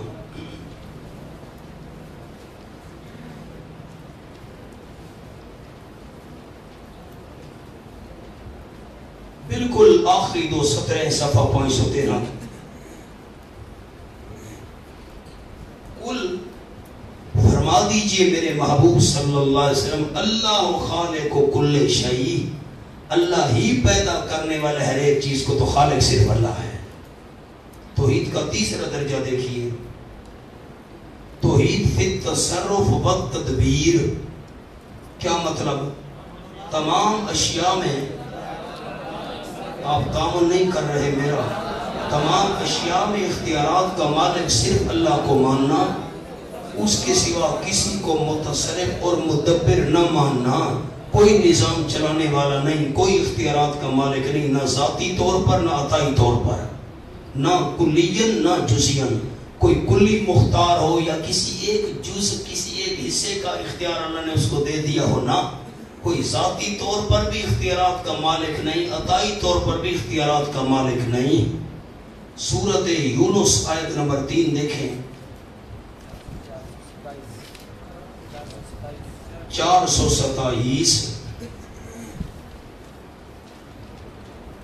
ان ربکم اللہ الذی خلق السماوات والارض، یقیناً تمہاری ضروریات پوری کرنے والا صرف اللہ ہے جس نے آسمان و زمین کو پیدا کیا 6 دنوں کی مقدار میں. ثم استوى علی العرش، پھر غالب ہو گیا تخت بادشاہی پر. سارے اختیارات کا مالک خود ہے. یدبر الامر، یہ الفاظ دکھانے تھے. یدبر الامر، تدبیریں کرتا ہے جہان کے کاموں کی خود. سارے اختیارات کا مالک خود ہے، اپنے اختیارات کسی کے حوالے نہیں کیے. توحید کا چوتھا درجہ دیکھیے. حوالے تو بہت سارے لکھے ہوئے، ایک ایک حوالہ عرض کرتا جاتا ہوں.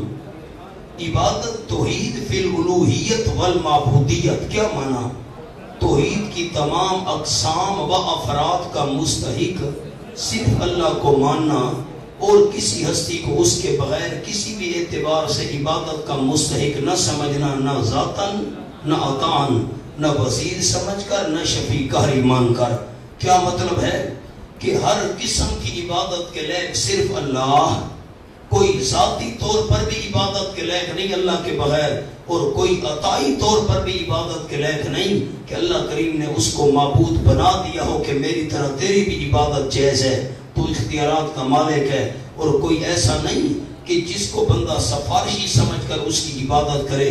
سفارشی سمجھ کر کسی کی عبادت کرنا بھی جائز نہیں ہے، وزیر سمجھ کر بھی عبادت کرنا جائز نہیں ہے. ہر قسم کی عبادت کے لئے صرف اللہ. سورۃ محمد کا حوالہ آپ کے پاس لکھا ہوا ہے، آیت نمبر 19. فَعْلَمْ أَنَّهُ صَفَا 1000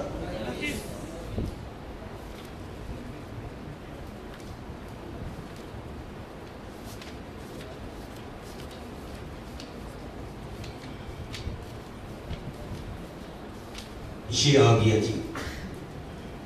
صفحہ 1029 پہلی سطر ہے. فَعْلَمْ أَنَّهُ لَا إِلَهَ إِلَّا اللَّهِ، یقین رکھیے میرے محبوب، یقیناً شان یہ کوئی عبادت کے لائق نہیں، کوئی نبی ولی چھوٹا بڑا، نہ مشیر بن کر، نہ وزیر بن کر، نہ شفیع قہری بن کر، نہ کوئی عبادت کے لائق نہیں الا اللہ. یہ توحید کے 4 درجے ہو گئے. اب نوٹ پڑھیں.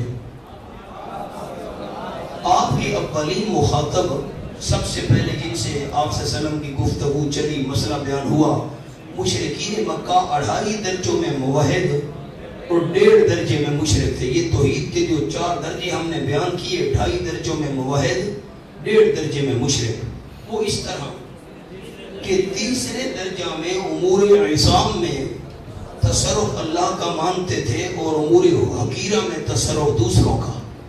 نیز چوتھے درجے میں مکمل مشرک تھے. توحید کا پہلا درجہ اور مشرکین مکہ میں سمجھاتا ہوں، دیکھ لیں. ان ابی ہریرہ تھا پہلا درجہ. کیا تھا؟ اللہ ہمیشہ ہے، ہمیشہ رہے گا، ہمیشہ تھا. یہ پہلا درجہ ہے. ان ابی ہریرہ رضی اللہ تعالیٰ عنہ قال، حضرت ابو ہریرہ فرماتے ہیں کہ آپ نے فرمایا اصدق کلمہ، سب سے زیادہ سچا کلمہ قالہ شاعر، جو شاعر نے کہا تھا. وہ کون سا کلمہ تھا؟ کلمہ لبید کا تھا. لبید نامی شاعر. الا کل شیء ما خلا اللہ باطل، اللہ کے بغیر جتنی بھی چیزیں ہیں ساری کی ساری باطل ہیں، ختم ہونے والی ہیں، صرف اللہ کی ذات ہمیشہ رہنے والی ہے. یہ درجہ مشرکین مانتے تھے. لکھا ہے اس درجے میں وہ مکمل موحد تھے. توحید کا دوسرا درجہ اور مشرکین مکہ دوسرا درجہ کیا تھا؟ کہ خالق صرف اللہ. اب حوالہ کھولے، سورۃ عنکبوت کھولنے، 61 نمبر آیت.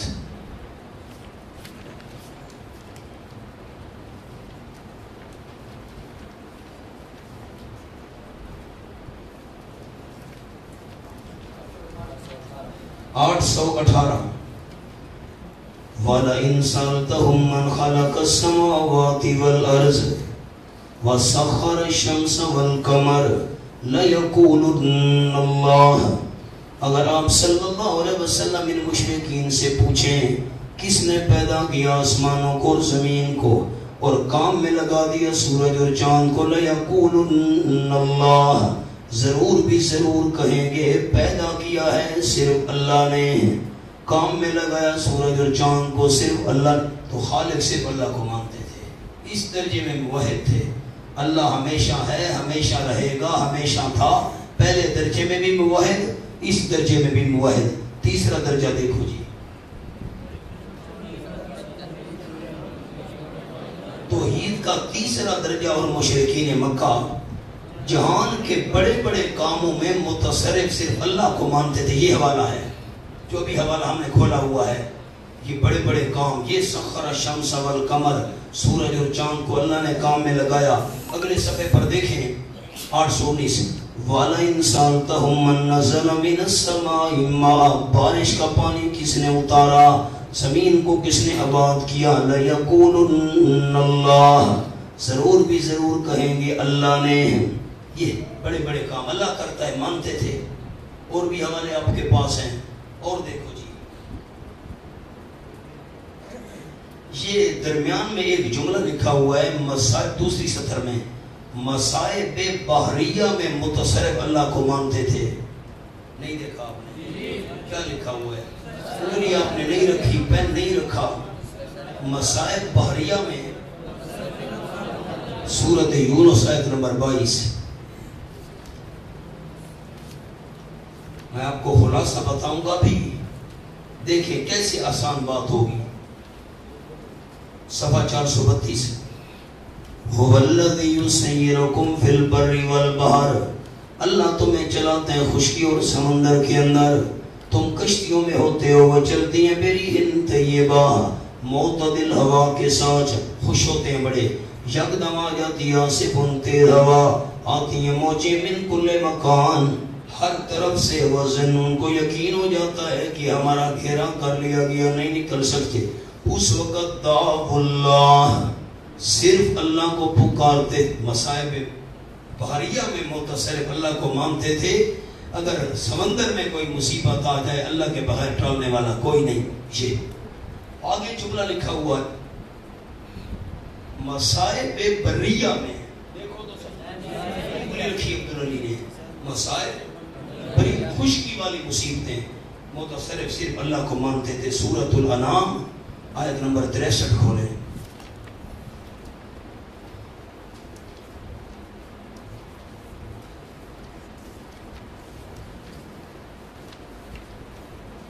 صفحہ 282.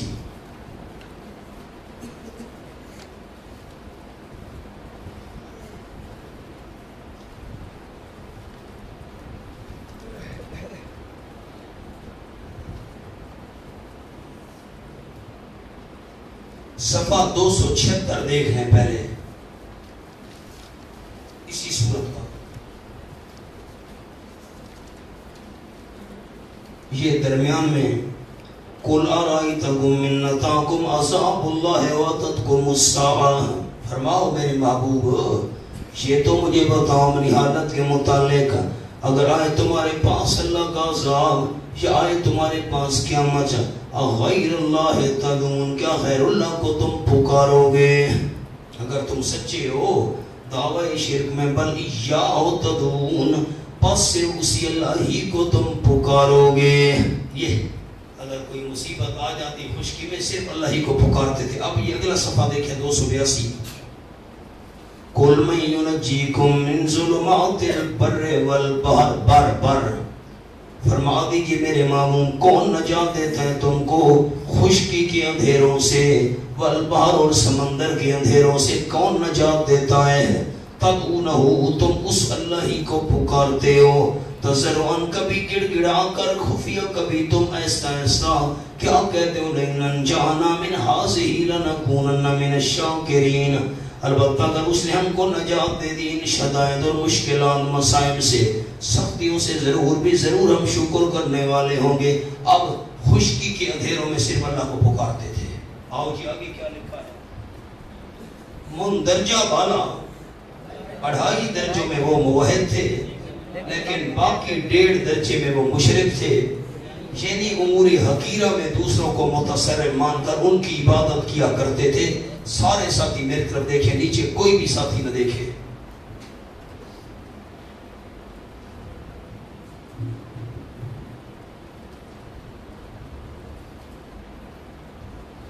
یہ 4 عمریاں توحید کے 4 درجے ہیں. یہ بات آپ نے غور سے سن لی، جھگڑا ہی ختم، مسئلہ ہی حل۔ اللہ ہمیشہ تھا، ہمیشہ ہے، ہمیشہ رہے گا، ایک درجہ۔ نمبر 2، ہر ایک چیز کو پیدا کرنے والا صرف اللہ۔ نمبر 3، ساری اختیارات کا مالک صرف اللہ۔ نمبر 4، عبادت کے لئے صرف اللہ۔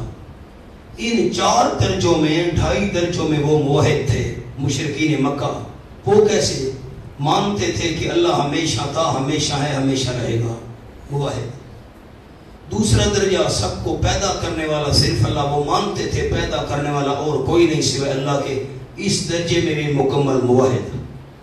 تیسرا درجہ، سارے اختیارات کا مالک سے کہنا، بڑے اختیارات کا مالک اللہ ہے، چھوٹے چھوٹے اختیارات اللہ نے ان پیروں فقیروں کے حوالے کر دیے۔ بابا لات، بابا منات، عزا فقیر نہیں، بڑے بڑے اختیارات، بڑے بڑے کام اللہ کرتا ہے، چھوٹے چھوٹے یہ کرتے ہیں۔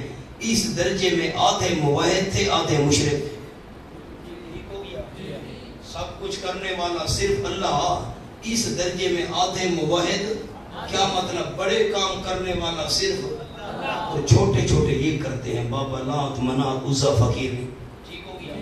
چوتھا درجہ، عبادت کے لئے صرف، اس درجے میں مکمل مشرک تھے، دوسروں کی بابا لات، منات، عزا، پیر، فقیر، ان کی عبادت کیا کرتے تھے، فرشتوں کی عبادت کیا کرتے تھے، اس درجے میں وہ مکمل مشرک تھے۔ گویا کہ توحید کے 4 درجے ہیں، 4 درجوں میں 2.5 درجوں میں وہ موحد اور 1.5 درجوں میں مشرک، لیکن 1.5 درجے میں مشرک تھے، 2.5 درجوں کی توحید نے فائدہ نہ دیا۔ دیکھو جی آگے، اب آپ کے دیکھنے کی چیز ہے ورق پر،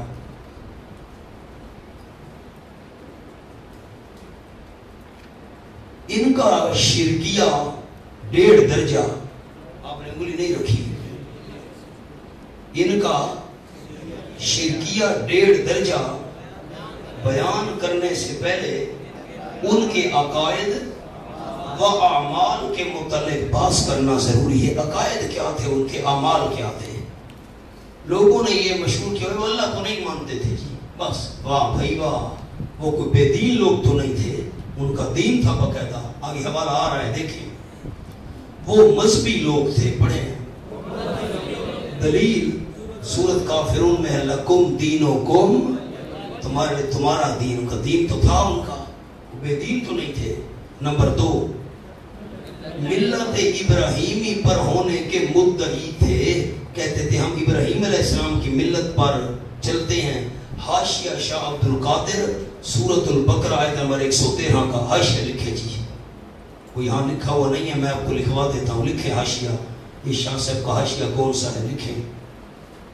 شاہ صاحب نے فرمایا، جن کے پاس علم نہیں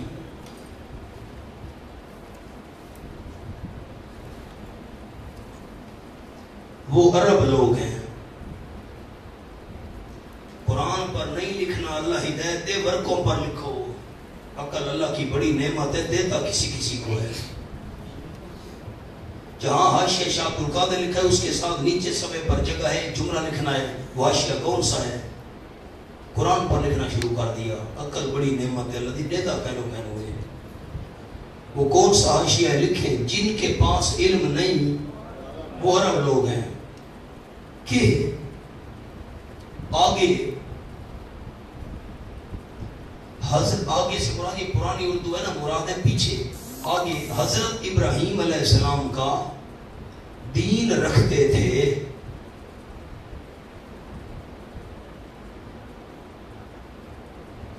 پھر آخر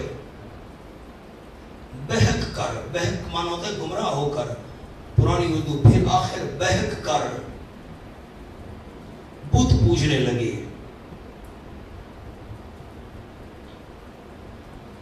ایسے شخص کو مشرک کہیے، وہ اپنی ہی راہ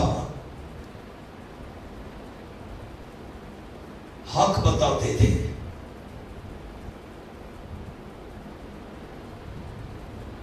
بس بریکٹ میں لکھ لیں، شاہ صاحب، شاہ عبد القادر صاحب کا یہ حاشیہ ہے۔ کیا عرض کیا؟ جن کے پاس علم نہیں وہ عرب لوگ ہیں. آگے جملہ جو ہے ہماری دلیل یہ ہے کہ آگے سے یعنی پیچھے آگے حضرت ابراہیم علیہ السلام کا دین رکھتے تھے. دیکھا دین ابراہیمی پر ان کا دعویٰ تھا ہم چلنے والے ہیں. کیا رکھتے تھے حضرت؟ یہ الفاظ پڑھے, حضرت ابراہیم علیہ السلام کا دین رکھتے تھے. یہ معلوم ہوتے ہیں ان کا دین تھا, دعویٰ یہ تھا کہ ہم ابراہیم علیہ السلام کے دین پر چلتے ہیں. اب حاشیہ دیکھ, یہ ورق دیکھیں اپنا. نمبر 1 وہ مذہبی لوگ تھے. نمبر 2 ملت ابراہیمی پر ہونے کے مدعی تھے. میں نے آپ کو حاشیہ دکھوا دیا. نمبر 3 مشرکین مکہ نماز کے قائل تھے اور عملاً ادا کر. آپ نے سورۃ معون میں پڑھا فویل للمصلین, حسین میں ہے فویل للمصلین, مکی سورت ہے, وہاں گفتگو ہم نے کی تھی. اچھا سورۃ انفال میں آپ نے پڑھا ہے ما کان صلاتہم عند البیت الا مقام و تصدیہ. ان کی نماز یہی تھی کہ وہ سیٹیاں اور تالیاں بجاتے تھے کعبہ شریف کے پاس. اس کو عبادت سمجھا ہوا تھا. نماز قرآن میں تو لفظ ہے ما کان صلاتہم, نماز نماز تو طریقہ جو بھی تھا وہ تو اس کو نماز سمجھتے تھے. آگے چلو, حج و عمرہ بھی کرتے تھے. سمامہ ابن وصال شرک, یہ بعد میں صحابی بن گئے, شرک کی حالت میں عمرہ ادا کرنے جا رہے تھے کہ صحابہ ان کو پکڑ کر آپ صلی اللہ علیہ وسلم کی خدمت میں لے. آپ نے ان کو چھوڑنے کا حکم دیا. نسائی شریف صفحہ 23 جلد 1. تو عمرہ ادا کرنے جا رہا تھا مشرک. نمبر 5 حجاج کی خدمت کرتے تھے اور مسجد حرام کی تعمیر اور تعظیم کرتے تھے. سورۃ توبہ میں گزرا اجعلتم سقایۃ الحاج و عمارۃ المسجد الحرام, حاجیوں کو پانی پلانا اور مسجد حرام کی تعمیر, یہ کام بھی کرتے تھے. آگے چلو, بڑا چیزیں آپ کی پڑھی ہوئی ہیں, صرف ایک یاد دہانی آپ کو کرانی ہے. زکوٰۃ ادا کرتے تھے اور اپنی زکوٰۃ مہمان نوازی, مسافروں کی خدمت, یتامہ, بیوہ عورتیں اور نادار افراد مسکین پر خرچ کرتے تھے. عمومی مساکین پر خیرات, اہل قرابت رشتہ دار کے ساتھ صلہ رحمی اور مسائل پر خرچ کرتے تھے. حجت اللہ البالغہ صفحہ 278, شاہ ولی اللہ رحمہ اللہ کی کتاب بڑی, معرکۃ الآراء. نمبر 7 وہ نام پڑھے تو صحیح ہے, غلام آزاد کرتے تھے. ابو داؤد صفحہ 399. نمبر 8 اللہ کی نظر و نیاز نکالتے ہیں. سورۃ انعام آیت نمبر 136 جعلوا للہ مما ذرا من الحرث والانعام نصیبا. پتہ نہیں گئے ذہن میں بھی ہے کہ نہیں ہے, اللہ کا حصہ نکالتے تھے. آگے نمبر 9 ختنہ, غسل جنابت بلکہ تمام خصال فطرت کے قائل تھے. یہ غیر ضروری بال صاف کرنا, ناخن وغیرہ کاٹنا, لبے تراشنا, یہ حجت اللہ البالغہ جلد 1 صفحہ 277. نمبر 10 مردوں کو غسل اور کفن دیتے اور جنازہ پڑھتے تھے. یہ حوالہ لکھو ہے الملل کا صفحہ اتنا جلد اتنی. وہ جنازہ کیسے پڑھتے تھے, نوٹ لکھا ہوا ہے, میت سامنے رکھ کر وارث اس کی خوبیاں بیان کر دیتا, یہی ان کا جنازہ تھا. چلو نام تو جنازے کا تھا, طریقے کو چھوڑو, جنازہ تو تھا. آگے چلیں, حلق اور نہر کے قائل تھے. حلق اور نہر کے قائل تھے. جانوروں کو جب ذبح کرتے تھے نا, جیسے اونٹ کو کھڑا کر کے یا بٹھا کر نا وہ لگائے جاتے ہیں کٹ, قائل تھے. آگے عقیقہ ان میں مروج, عقیقے کرتے تھے اولاد کے. ابو داؤد شریف. نمبر 13 حدود کے شروع میں بسمک اللہم لکھا کرتے تھے, روح المعانی. خطبہ, یہ 14 نمبر کیا ہے, خطبہ نہ پڑھنا اس کو, خطبہ بھول گئے نا. خطبہ آپ نے پڑھا ہے, عورت عدت گزار رہی ہے تو اشارہ پر اللہ تین نہیں میں کوئی رن دے ویا, اللہ تیرے جیسی مجھے بھی دے دے. خطبہ اشارہ کرنا, صاف صاف الفاظ نا. حق مہر, خطبہ نکاح کے قائل تھے. اگلا لفظ کیا ہے, ٹھیک ہے, بخاری شریف صفحہ فلاں. نمبر 15 طلاق رجی اور مغلظہ بھی ان میں رائج تھی. ٹھیک. نمبر 16 قسمیں اللہ کے نام کی اٹھاتے تھے. حوالے 3 میں نے لکھے اقسم باللہ جہد میں, اقسم باللہ آپ نے کئی دفعہ پڑھا, اللہ کے نام کی قسمیں اٹھاتے تھے. اچھا استغفار کرتے تھے. سورۃ انفال میں حوالہ گزرا ہے ما کان اللہ لیعذبہم وانت فیہم وما کان اللہ معذبہم وہم یستغفرون۔ علامہ انور شاہ صاحب کا حوالہ یہاں گزرا تھا کہ مشرکین کی استغفار بھی عذاب کو روک سکتی ہے، استغفار کرتے تھے۔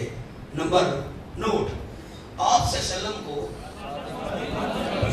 صادق اور مسلم شریف جلد فلاں صفحہ فلاں، آپ سے ذاتی مخالفت بھی، سورۃ انعام کی میں نے آیت لکھی، قد نعلم انہ لیحزنک الذی یقولون فانہم لا یکذب، میرے محبوب آپ کی ذات سے ان کا کوئی جھگڑا نہیں، لیکن یہ ظالم اللہ کے قرآن کی آیات سے اختلاف کر رہے ہیں، ان کا انکار کر رہے ہیں۔ اور میں نے آگے لکھا قرآن سے بھی مخالفت صرف مسئلہ توحید کی وجہ سے تھی۔ سورۃ بنی اسرائیل کی ایک آیت نمبر 46، وَإِذَا ذَكَرْتَ رَبَّكَ فِي الْقُرْآنِ وَحْدَهُ وَلَّوْا عَلَىٰ أَدْبَارِهِمْ نُفُورًا۔ تو ہم نے کئی دفعہ یہ آیات پڑھی، آپ کے ذہن میں ہے ماشاءاللہ۔ تو کذبوا بآیاتنا پر ہم کون سا لفظ عرض کرتے آئے ہیں؟ انہوں نے جھٹلایا ہماری نماز والی آیت۔ تو باقی تو چیزیں قرآن کی مانتے تھے، قرآن کی کون سی آیات نہیں مانتے تھے؟ اچھا نوٹ، اختلاف صرف ایک الہ والے مسئلے میں تھا، یعنی آپ ان کو دعوت دیتے تھے کہ الہ صرف اللہ ہی ہے، وہ دوسروں کو بھی الہ مانتے تھے۔ سورۃ الصافات کھولو، انہم کانوا اذا قیل لہم لا الہ الا اللہ یستکبرون۔ صفحہ 906 پہلی سطر، انہم کانوا اذا قیل لہم لا الہ الا اللہ یستکبرون، یقیناً وہ جس وقت ان کو کہا جاتا ہے لا الہ الا اللہ، اللہ کے بغیر کوئی الہ نہیں، یستکبرون، آکڑ کیا کرتے تھے۔ اختلاف قرآن پاک کے باقی مسائل سے نہیں تھا، اختلاف صرف الہ والے مسئلے میں تھا۔ آگے چلو، اب ایک عنوان جو لکھا ہوا ہے ذرا اس کو خیال سے پڑھیں۔ پہلے جملہ ہے 1.5 درجہ میں ان کے مشرک ہونے کی تفصیل جاننے کے لیے 4 عنوانات کا سمجھنا ضروری ہے۔ نمبر 1، توحید کے تیسرے درجہ، توحید فی تصرف و تدبیر میں وہ آدھے درجے کے مشرک تھے۔ وہ اس طرح کہ ان کا عقیدہ تھا سارے جہان کا مدبر حقیقی صرف اللہ ہے، کام کرنے والا، لیکن بعض مقربین کو اللہ چند اختیارات دے دیتا ہے۔ بعض، میں جملہ سمجھاتا ہوں، اگلا نمبر 1 اور پڑھ لیں۔ وہ کس طرح؟ اس طرح مخصوص جگہوں میں صرف معمولی اور حقیر کاموں میں عطائی طور پر ان کو تصرف کرنے کا اختیار مل جاتا ہے، لیکن وہ حقیر کام جس میں اللہ کا نفیاً یا اثباتاً حکم موجود نہ ہو، نیز ان کاموں کے تصرف کے لیے ان کو بار بار اللہ سے اجازت نہیں لینی پڑتی، صرف اللہ کی ایک مرتبہ اجازت کافی ہے، یعنی وہ عطائی طور پر متصرف ہوتے ہیں، نہ ذاتی طور پر۔ میں سمجھاتا ہوں، آگے نوٹ پڑھ لیں۔ انہوں نے اس کو دنیاوی سلطنت پر قیاس کر لیا تھا، آپ نہیں دیکھ رہے؟ جس طرح حکومت میں قیام پذیر رہ کر مختلف علاقوں میں سردار مقرر کر دیتا ہے کہ ان علاقوں کے کام تم نے کرنے ہیں، تمہاری مرضی جیسے نظام چلاؤ، تمہیں بار بار مجھ سے پوچھنے اور اجازت لینے کی ضرورت نہیں، ایک ہی دفعہ کی اجازت کافی ہے۔ خلاصہ ان کا عقیدہ تھا بڑے کام اللہ خود کرتا ہے اور چھوٹے کام ان ہستیوں کے سپرد کر دیے ہیں۔ اس عقیدے کی تردید میں امور حقیرہ کو پیش کیا گیا، سورۃ فاطر فلاں، سبا فلاں، یہ حوالے۔ وہ تو ان چھوٹی چیزوں کے اختیارات بھی نہیں رکھتے، بلکہ ان میں متصرف بھی اللہ تعالیٰ ہی ہے۔ میری طرف دیکھیں، نیچے نہیں دیکھنا بیٹا۔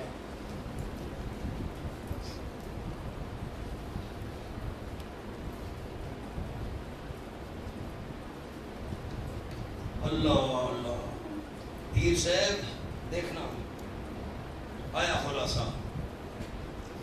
توحید کے 4 درجے، اللہ ہمیشہ تھا، ہمیشہ ہے، ہمیشہ رہے گا۔ اس درجے میں وہ مشرک تھے کہ موحد؟ جلدی گرمی ہے۔ نمبر 2، ہر ایک چیز کو پیدا کرنے والا صرف اللہ، اس درجے میں مشرک تھے کہ موحد؟ تیسرا درجہ، سارے اختیارات کا مالک صرف اللہ، اس درجے میں آدھے موحد آدھے مشرک۔ کیا مطلب؟ بڑے کام اللہ کرتا ہے، چھوٹے یہ کرتے ہیں، اور چوتھا درجہ عبادت کے لائق صرف اللہ، اس درجے میں مکمل مشرک۔ اب خیال یہ پتہ چل گیا کہ وہ بے دین نہیں تھے، کمیونسٹ جن کا دین نہ ہو، بے دین، یہ دین کی ساری چیزیں آپ کے سامنے آ گئی۔ اب تیسرے درجے پر ہم بات کرتے ہیں، آدھے مشرک آدھے موحد۔ مولانا ہمارے جو ملک کا وزیر اعظم ہے یا صدر، یہ پاکستان کے کون سے شہر میں رہتے ہیں؟ چپ کر گیا، آپ کو پتہ نہیں؟ الحکومت کا اسلام آباد۔ ملک کی جو صوبے ہیں، مثال سمجھنا، وزیر اعظم نے کہا بھئی بڑے بڑے کام میں کروں گا، دوسری حکومتوں کے ساتھ لین دین ہے، معاملات ہے وغیرہ وغیرہ، تو یوں کرو، پنجاب کا وزیر اعلیٰ ایک مقرر کر دیا، سندھ کا، خیبر پختونخوا کا، گلگت کا وغیرہ بلوچستان، بھئی صوبے کے کام تم نے کرنے ہیں، بڑے کام میں کروں گا اور اپنے صوبے کے کام تم نے کرنے ہیں۔ میں نے تمہیں اجازت دے دی ہے، سمجھنا بات کو، میں نے تمہیں اجازت دے دی ہے، میری طرف دیکھنا، میں نے تمہیں اجازت دے دی ہے، جو مرضی ہے صوبے میں کام کرو، مجھ سے ان کاموں کے لیے پوچھنے کی کوئی ضرورت نہیں۔ صوبے میں ہسپتال بنانی ہے خود کرو، سکول بنانا ہے خود بناؤ، سڑکیں بنانی ہے خود بناؤ، بجلی خود، مجھ سے نہیں پوچھنا، میں بڑے بڑے کام کروں گا، ایک دفعہ کی اجازت کافی ہے۔ وہ کہتے تھے بڑے بڑے کام اللہ کرتا ہے، سورج اور چاند کو کام میں لگایا، آسمان و زمین پیدا کیے، بارشیں برسائیں وغیرہ وغیرہ، بڑے بڑے کام اللہ کرتے ہیں، چھوٹے چھوٹے ان کے حوالے کر دیے ہیں، اور ان کو کام کرنے کے لیے بار بار اللہ سے اجازت مانگنے کی ضرورت نہیں ہے، اللہ نے ان کو ایک ہی دفعہ اجازت دے دی ہے، تم جانو، تمہاری عبادت کرنے والے جانیں، ان کے کام کرتے رہو، میری طرف سے کھلی چھٹی ہے۔ یہ بات سمجھ آ گئی؟ ان کا کیا عقیدہ تھا؟ آپ نے مجھے ایک لفظ سنانا ہے، مجھے تسلی ہوگی۔ بڑے کام کون کرتا ہے؟ اللہ۔ اور چھوٹے چھوٹے بھی اللہ کرتا ہے، وہ یہ کہتے تھے، کیا کہتے تھے مشرکین؟ بڑے کام کون کرتا ہے؟ اللہ۔ چھوٹے؟ تو اللہ نے جواب کے اندر مثالیں بھی چھوٹی چیزوں کی پیش کی ہیں۔ اللہ نے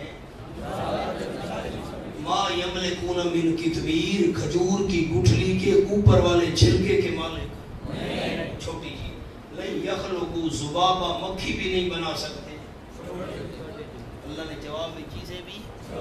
اچھا مولانا یہ بتاؤ، ہم صوبے میں رہتے ہیں، اب بڑے کام تو چلو بادشاہ کرتا ہے، وزیر اعظم، چھوٹے کرنے وزیر اعلیٰ نے، گورنر نے، اگر وزیر اعلیٰ اور گورنر کو ہماری اس پریشانی کا پتہ ہی نہ ہو، ان کو سکول کی ضرورت ہے یا بجلی کی ضرورت ہے، سڑک کی، جب پتہ ہی نہ ہو وہ کام کرے گا؟ تو وہ کہتے تھے جب چھوٹے کام انہوں نے کرنے ہیں تو اللہ ان کو عالم الغیب بنا دیتا ہے، ہماری حاجات سے واقف ہوتے ہیں تو کام کرتے ہیں۔ کیا جملہ کہا؟ واقف ہوتے ہیں تو پڑھو آگے کیا لکھا میں نے۔ عنوان نمبر 2 دیکھو، ان کا عقیدہ تھا کہ ان مقربین کو اس خطے کا علم غیب دیا جاتا ہے، جس کی وجہ سے وہ ہر ایک کے حالات سے واقف ہوتے ہیں، پکاریں سنتے ہیں، فریادوں کو پہنچتے ہیں، ان کو ایسی میت کامل حاصل ہوتی ہے کہ وہ ہر جگہ ہر وقت حاضر ناظر ہوتے ہیں، لہذا ہمارے کام کر دیا کرتے ہیں۔ ان کو پتہ نہ ہوتا تو کام کیسے کرتے، ساتھ نہ ہوتا تو کام کیسے کرتے، پکارے نہ سنتے ہوتے کام کیسے کرتے۔ یہ ہے مشرکین کا شرک فی السماع، پڑھے شرک سننے کے اندر اللہ کی صفت میں شریک کر دیا، والبصر دیکھنے میں اللہ کی صفت میں شریک کیا، والعلم علم میں اللہ کی شریک کر دیا، معیت ساتھ ہونے میں اللہ کی صفت کے شریک کر دیا۔ اس کی تردید کی یہ آیتیں میں نے لکھی ہے، سورۃ فاطر، احقاف، نمل وغیرہ سارا، جو آپ کئی دفعہ پڑھ چکے۔ ان آیات کا خلاصہ یہ ہے کہ جب وہ عالم الغیب نہیں، پڑھو عالم الغیب نہیں، تمہاری دعا پکار سنتے نہیں تو تمہارے کام کیسے کر سکتے ہیں؟ ہم نے کہا چھوڑو، تم کہتے ہو کام کرتے ہیں جی، ہماری پکاریں سنیں گے، حالات جانیں گے، ہمارے ساتھ ہوں گے، حاضر ناظر ہوں گے، کم پر میں حاضر ناظر ہی نہیں، پکار ہی نہیں سنتے، حال ہی نہیں جان، کام کیسے کریں گے؟ آگے چلو. اچھا میری طرف دیکھیں، مہربانی. ہم یہاں کے لوگوں کو ایک کام پڑ گیا، ہم وفد بنا کر لاہور پہنچ گئے وزیر اعلیٰ صاحب کے پاس کہ مہربانی کرو یہ کام ہم نے کروانا ہے. اس نے کہا بھائی یہ کام میرے اختیار میں نہیں ہے. سادہ مولوی صاحب، بھائی میں یہ کام نہیں کر سکتا. کون کر سکتا ہے؟ یہ تو کام وزیر اعظم کر سکتا ہے. میری طرف دیکھنا، یہ کام تو میں نہیں کر سکتا، یہ کام تمہارا. ہم نے کہا مہربانی کرو، کیوں کرو؟ وزیر اعلیٰ صاحب آپ کام خود نہیں کر سکتے تو وزیر اعظم سے کروا دیں، آپ کے اختیار میں نہیں ہے، ٹھیک ہے کوئی حرج نہیں، آپ اس سے سفارش کرو، ہمارا کام کروا دو. تو وہ کہتے تھے جو کام یہ نہ کر سکیں تو اللہ سے سفارش کر کے ہمارے کام کروا دیتے ہیں. اللہ ہماری سنتا نہیں، ان کی موڑتا نہیں. اللہ ہماری سنتا نہیں، ان کی موڑتا نہیں. اب جملہ پڑھو.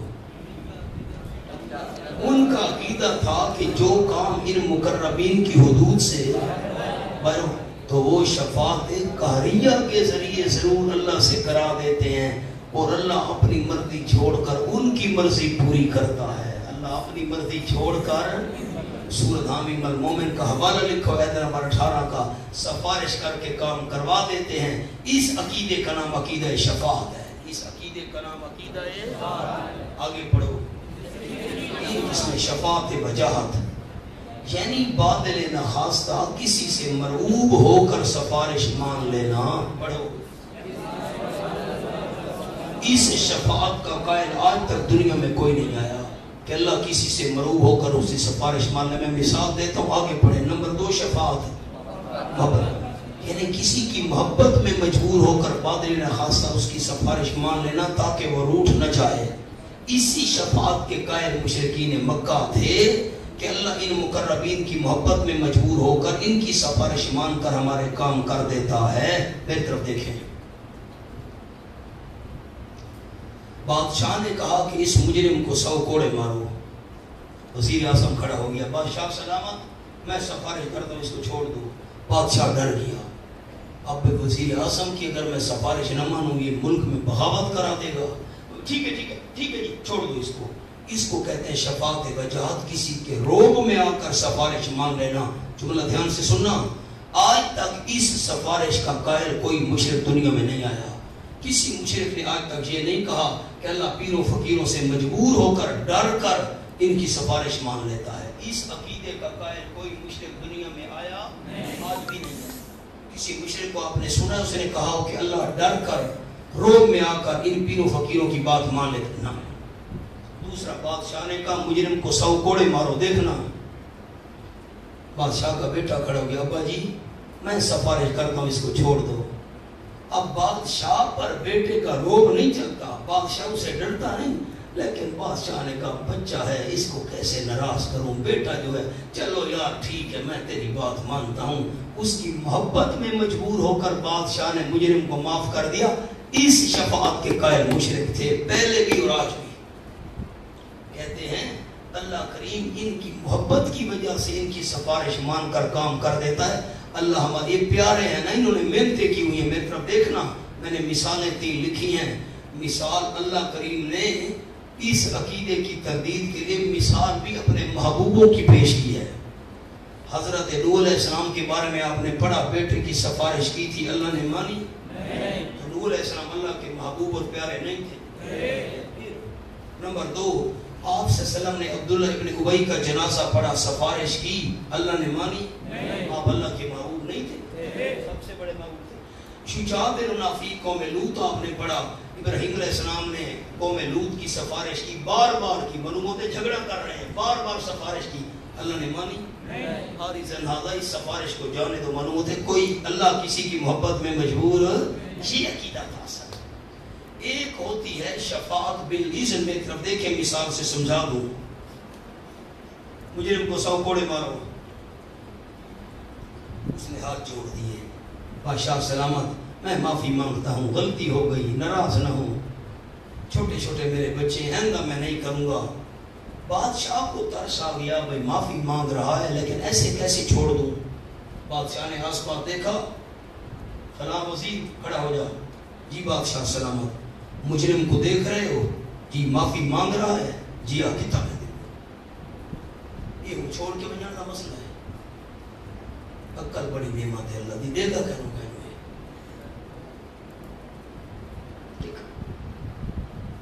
عقل بڑی نعمت ہے. آج کو چھوڑنے کا مسئلہ آئی. واہ بھائی بنو، زیارت تو تھوڑی ہو گئی، بنو.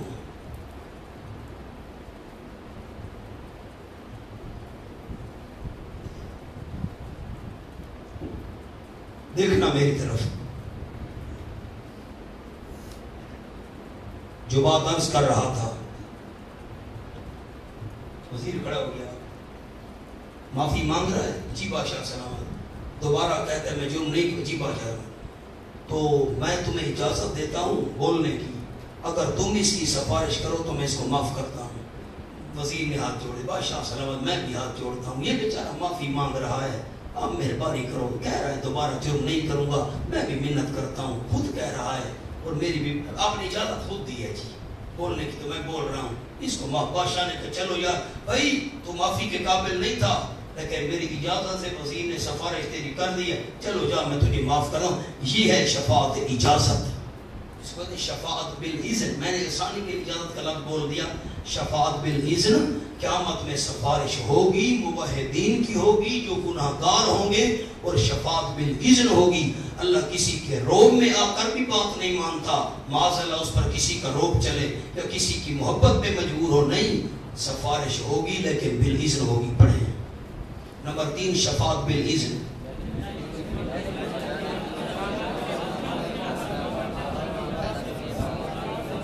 کسی مجرم کے حق میں بادشاہ کی طرف سے معافی کی مرضی پا کر اس کی اجازت سے سفارش کر. میں نے بات آپ کو سمجھا دی ہے، یہ سفارش حق ہے. پڑھیں.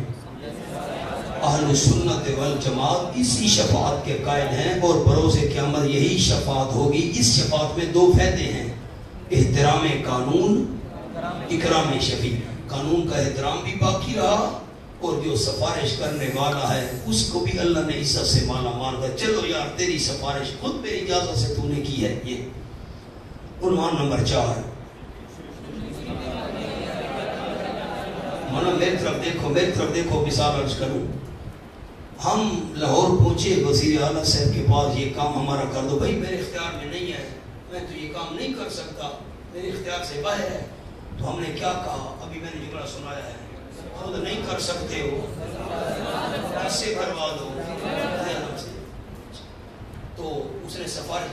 مولانا اب سنو، جو کام وزیر اعلیٰ کے اختیار میں نہیں، میرا جملہ دھیان سے سننا، بس مسئلہ حل ہے.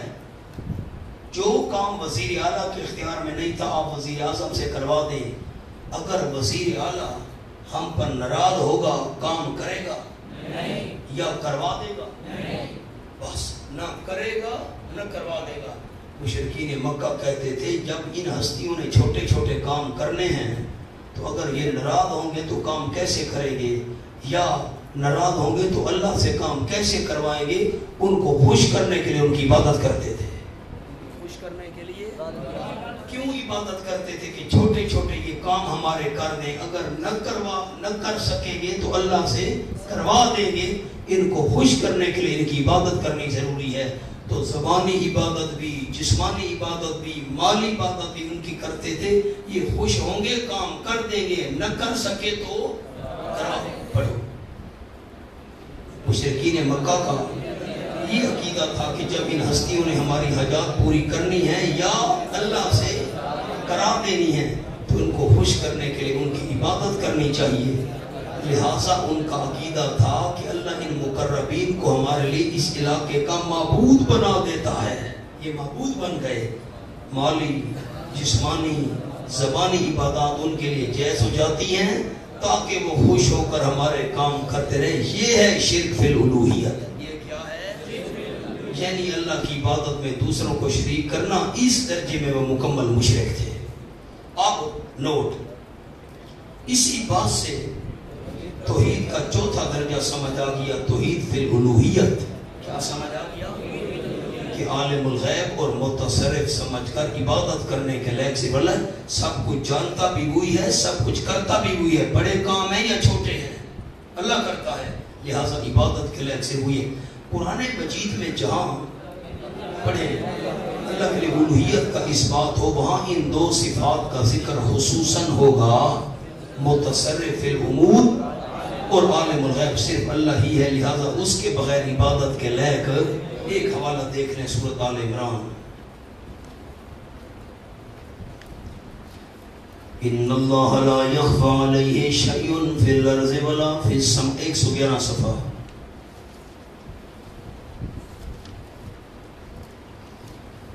ان اللہ لا یخفی علیہ شیء، یقیناً اللہ کریم نہیں چھپی اس پر کوئی چیز زمین میں اور نہ آسمان میں.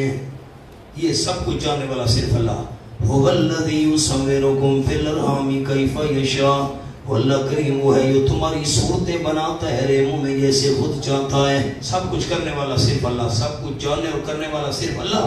تو لا الہ الا ہو، نہیں کوئی الہ، نہیں کوئی عبادت کے لئے صرف سوائے اس اللہ کے. دو صفتیں آئیں، الہ ہونے کا ذکر بھی آ گیا. الہ کی مزید صفات کا تذکرہ سورۃ النمل میں ہے. یاد ہے کچھ ذہن میں امن خلق السماوات پر ہم نے گفتگو کی تھی. شاید آج موقع بنا تو میں اثر کو پھر دوبارہ وہ رکوع آپ کے سامنے بیان کر دوں گا جس میں الہ کا معنی بیان کیا گیا ہے. ساتھیوں کے ذہن میں ہے لا خالق السماوات والارض الا اللہ، لا منزل لکم من السماء ماء الا اللہ. ذہن میں ہے لا منبت بھی ہدایت کا ذات باجا. یہ سارا انداز میں نے وہاں عرض کیا تھا. حضرت یونس علیہ السلام کی دعا لا الہ الا انت میں بھی پڑھے تو صحیح. الہ کی تشریح سمجھ آتی ہے، یعنی الہ کا معنی مشکلات حل کرنے والا، غیبانہ پکارے سننے والا، غیبانہ حالات جاننے والا، تیرے بغیر الہ کا معنی. اچھا یہ تو بات صاحب نے پڑھی ہوئی ہے. مشرکین 4 قسم کی ہستیوں کو اللہ کی الوہیت میں شریک کرتے تھے. جنات، مشرکین بالجن. کواکب، مشرکین بالکواکب، سورج چاند ستاروں کو اللہ کا شریک کرنے والے. نمبر 3 ملائکہ، مشرکین بالملائکہ، فرشتوں کو اللہ کا شریک کرنے والے. نمبر 4 مشرکین بالعباد الصالحین، اللہ کے نیک بندوں کو اللہ کا شریک کرنے والے. مشرکین کا شرک 2 قسم تھا، اعتقادی اور فعلی. اعتقادی کی 4 قسمیں اور فعلی کی بھی یہ 4 قسمیں. شرک فی العلم، شرک فی الدعا، شرک فی التصرف اور شرک فی العبادت. یہ نمبر 4. فعلی کی 4 قسمیں تحریمات اللہ، تحریمات لغیر اللہ، نزول اللہ اور نیازات اللہ اور نزول لغیر اللہ. یہ باتیں بھی آپ نے پڑھی ہوئی ہیں. کچھ مولانا خاکہ ذہن میں آیا؟ کچھ خاکہ ذہن میں آیا؟ خلاصہ میری طرف دیکھیں ایک جملے میں. کہتے تھے بڑے کام اللہ کرتا ہے، چھوٹے یہ کرتے ہیں. نہ کر سکے تو ٹھیک کہہ رہے ہیں، اونچا اونچا نہ کر سکے نہیں. اگر ان کو پتہ نہ ہو تو کام کیسے کریں گے؟ عالم الغیب ہے، اللہ نے ان کو ہمارے ساتھ ہیں، حاضر ناظر ہیں، پکارے سنتے تو کام کریں گے. اچھا تو اگر وہ ناراض ہوئے تو ان کو راضی کرنے کے لیے کیا کرو گے؟ 3 قسم کی، زبانی، جسمانی، مالی. یہ خلاصہ ہے. ذہن میں خاکہ آیا؟ بس میری سکت اتنی تھی. اللہ کریم یہ قبول فرمائے جو کچھ ہم نے بیان کیا، جو کچھ آپ نے پڑھا. اب جس کی جی میں آئے پائے وہی روشنی. ہم نے تو دل جلا کے سریعام رکھ دیا.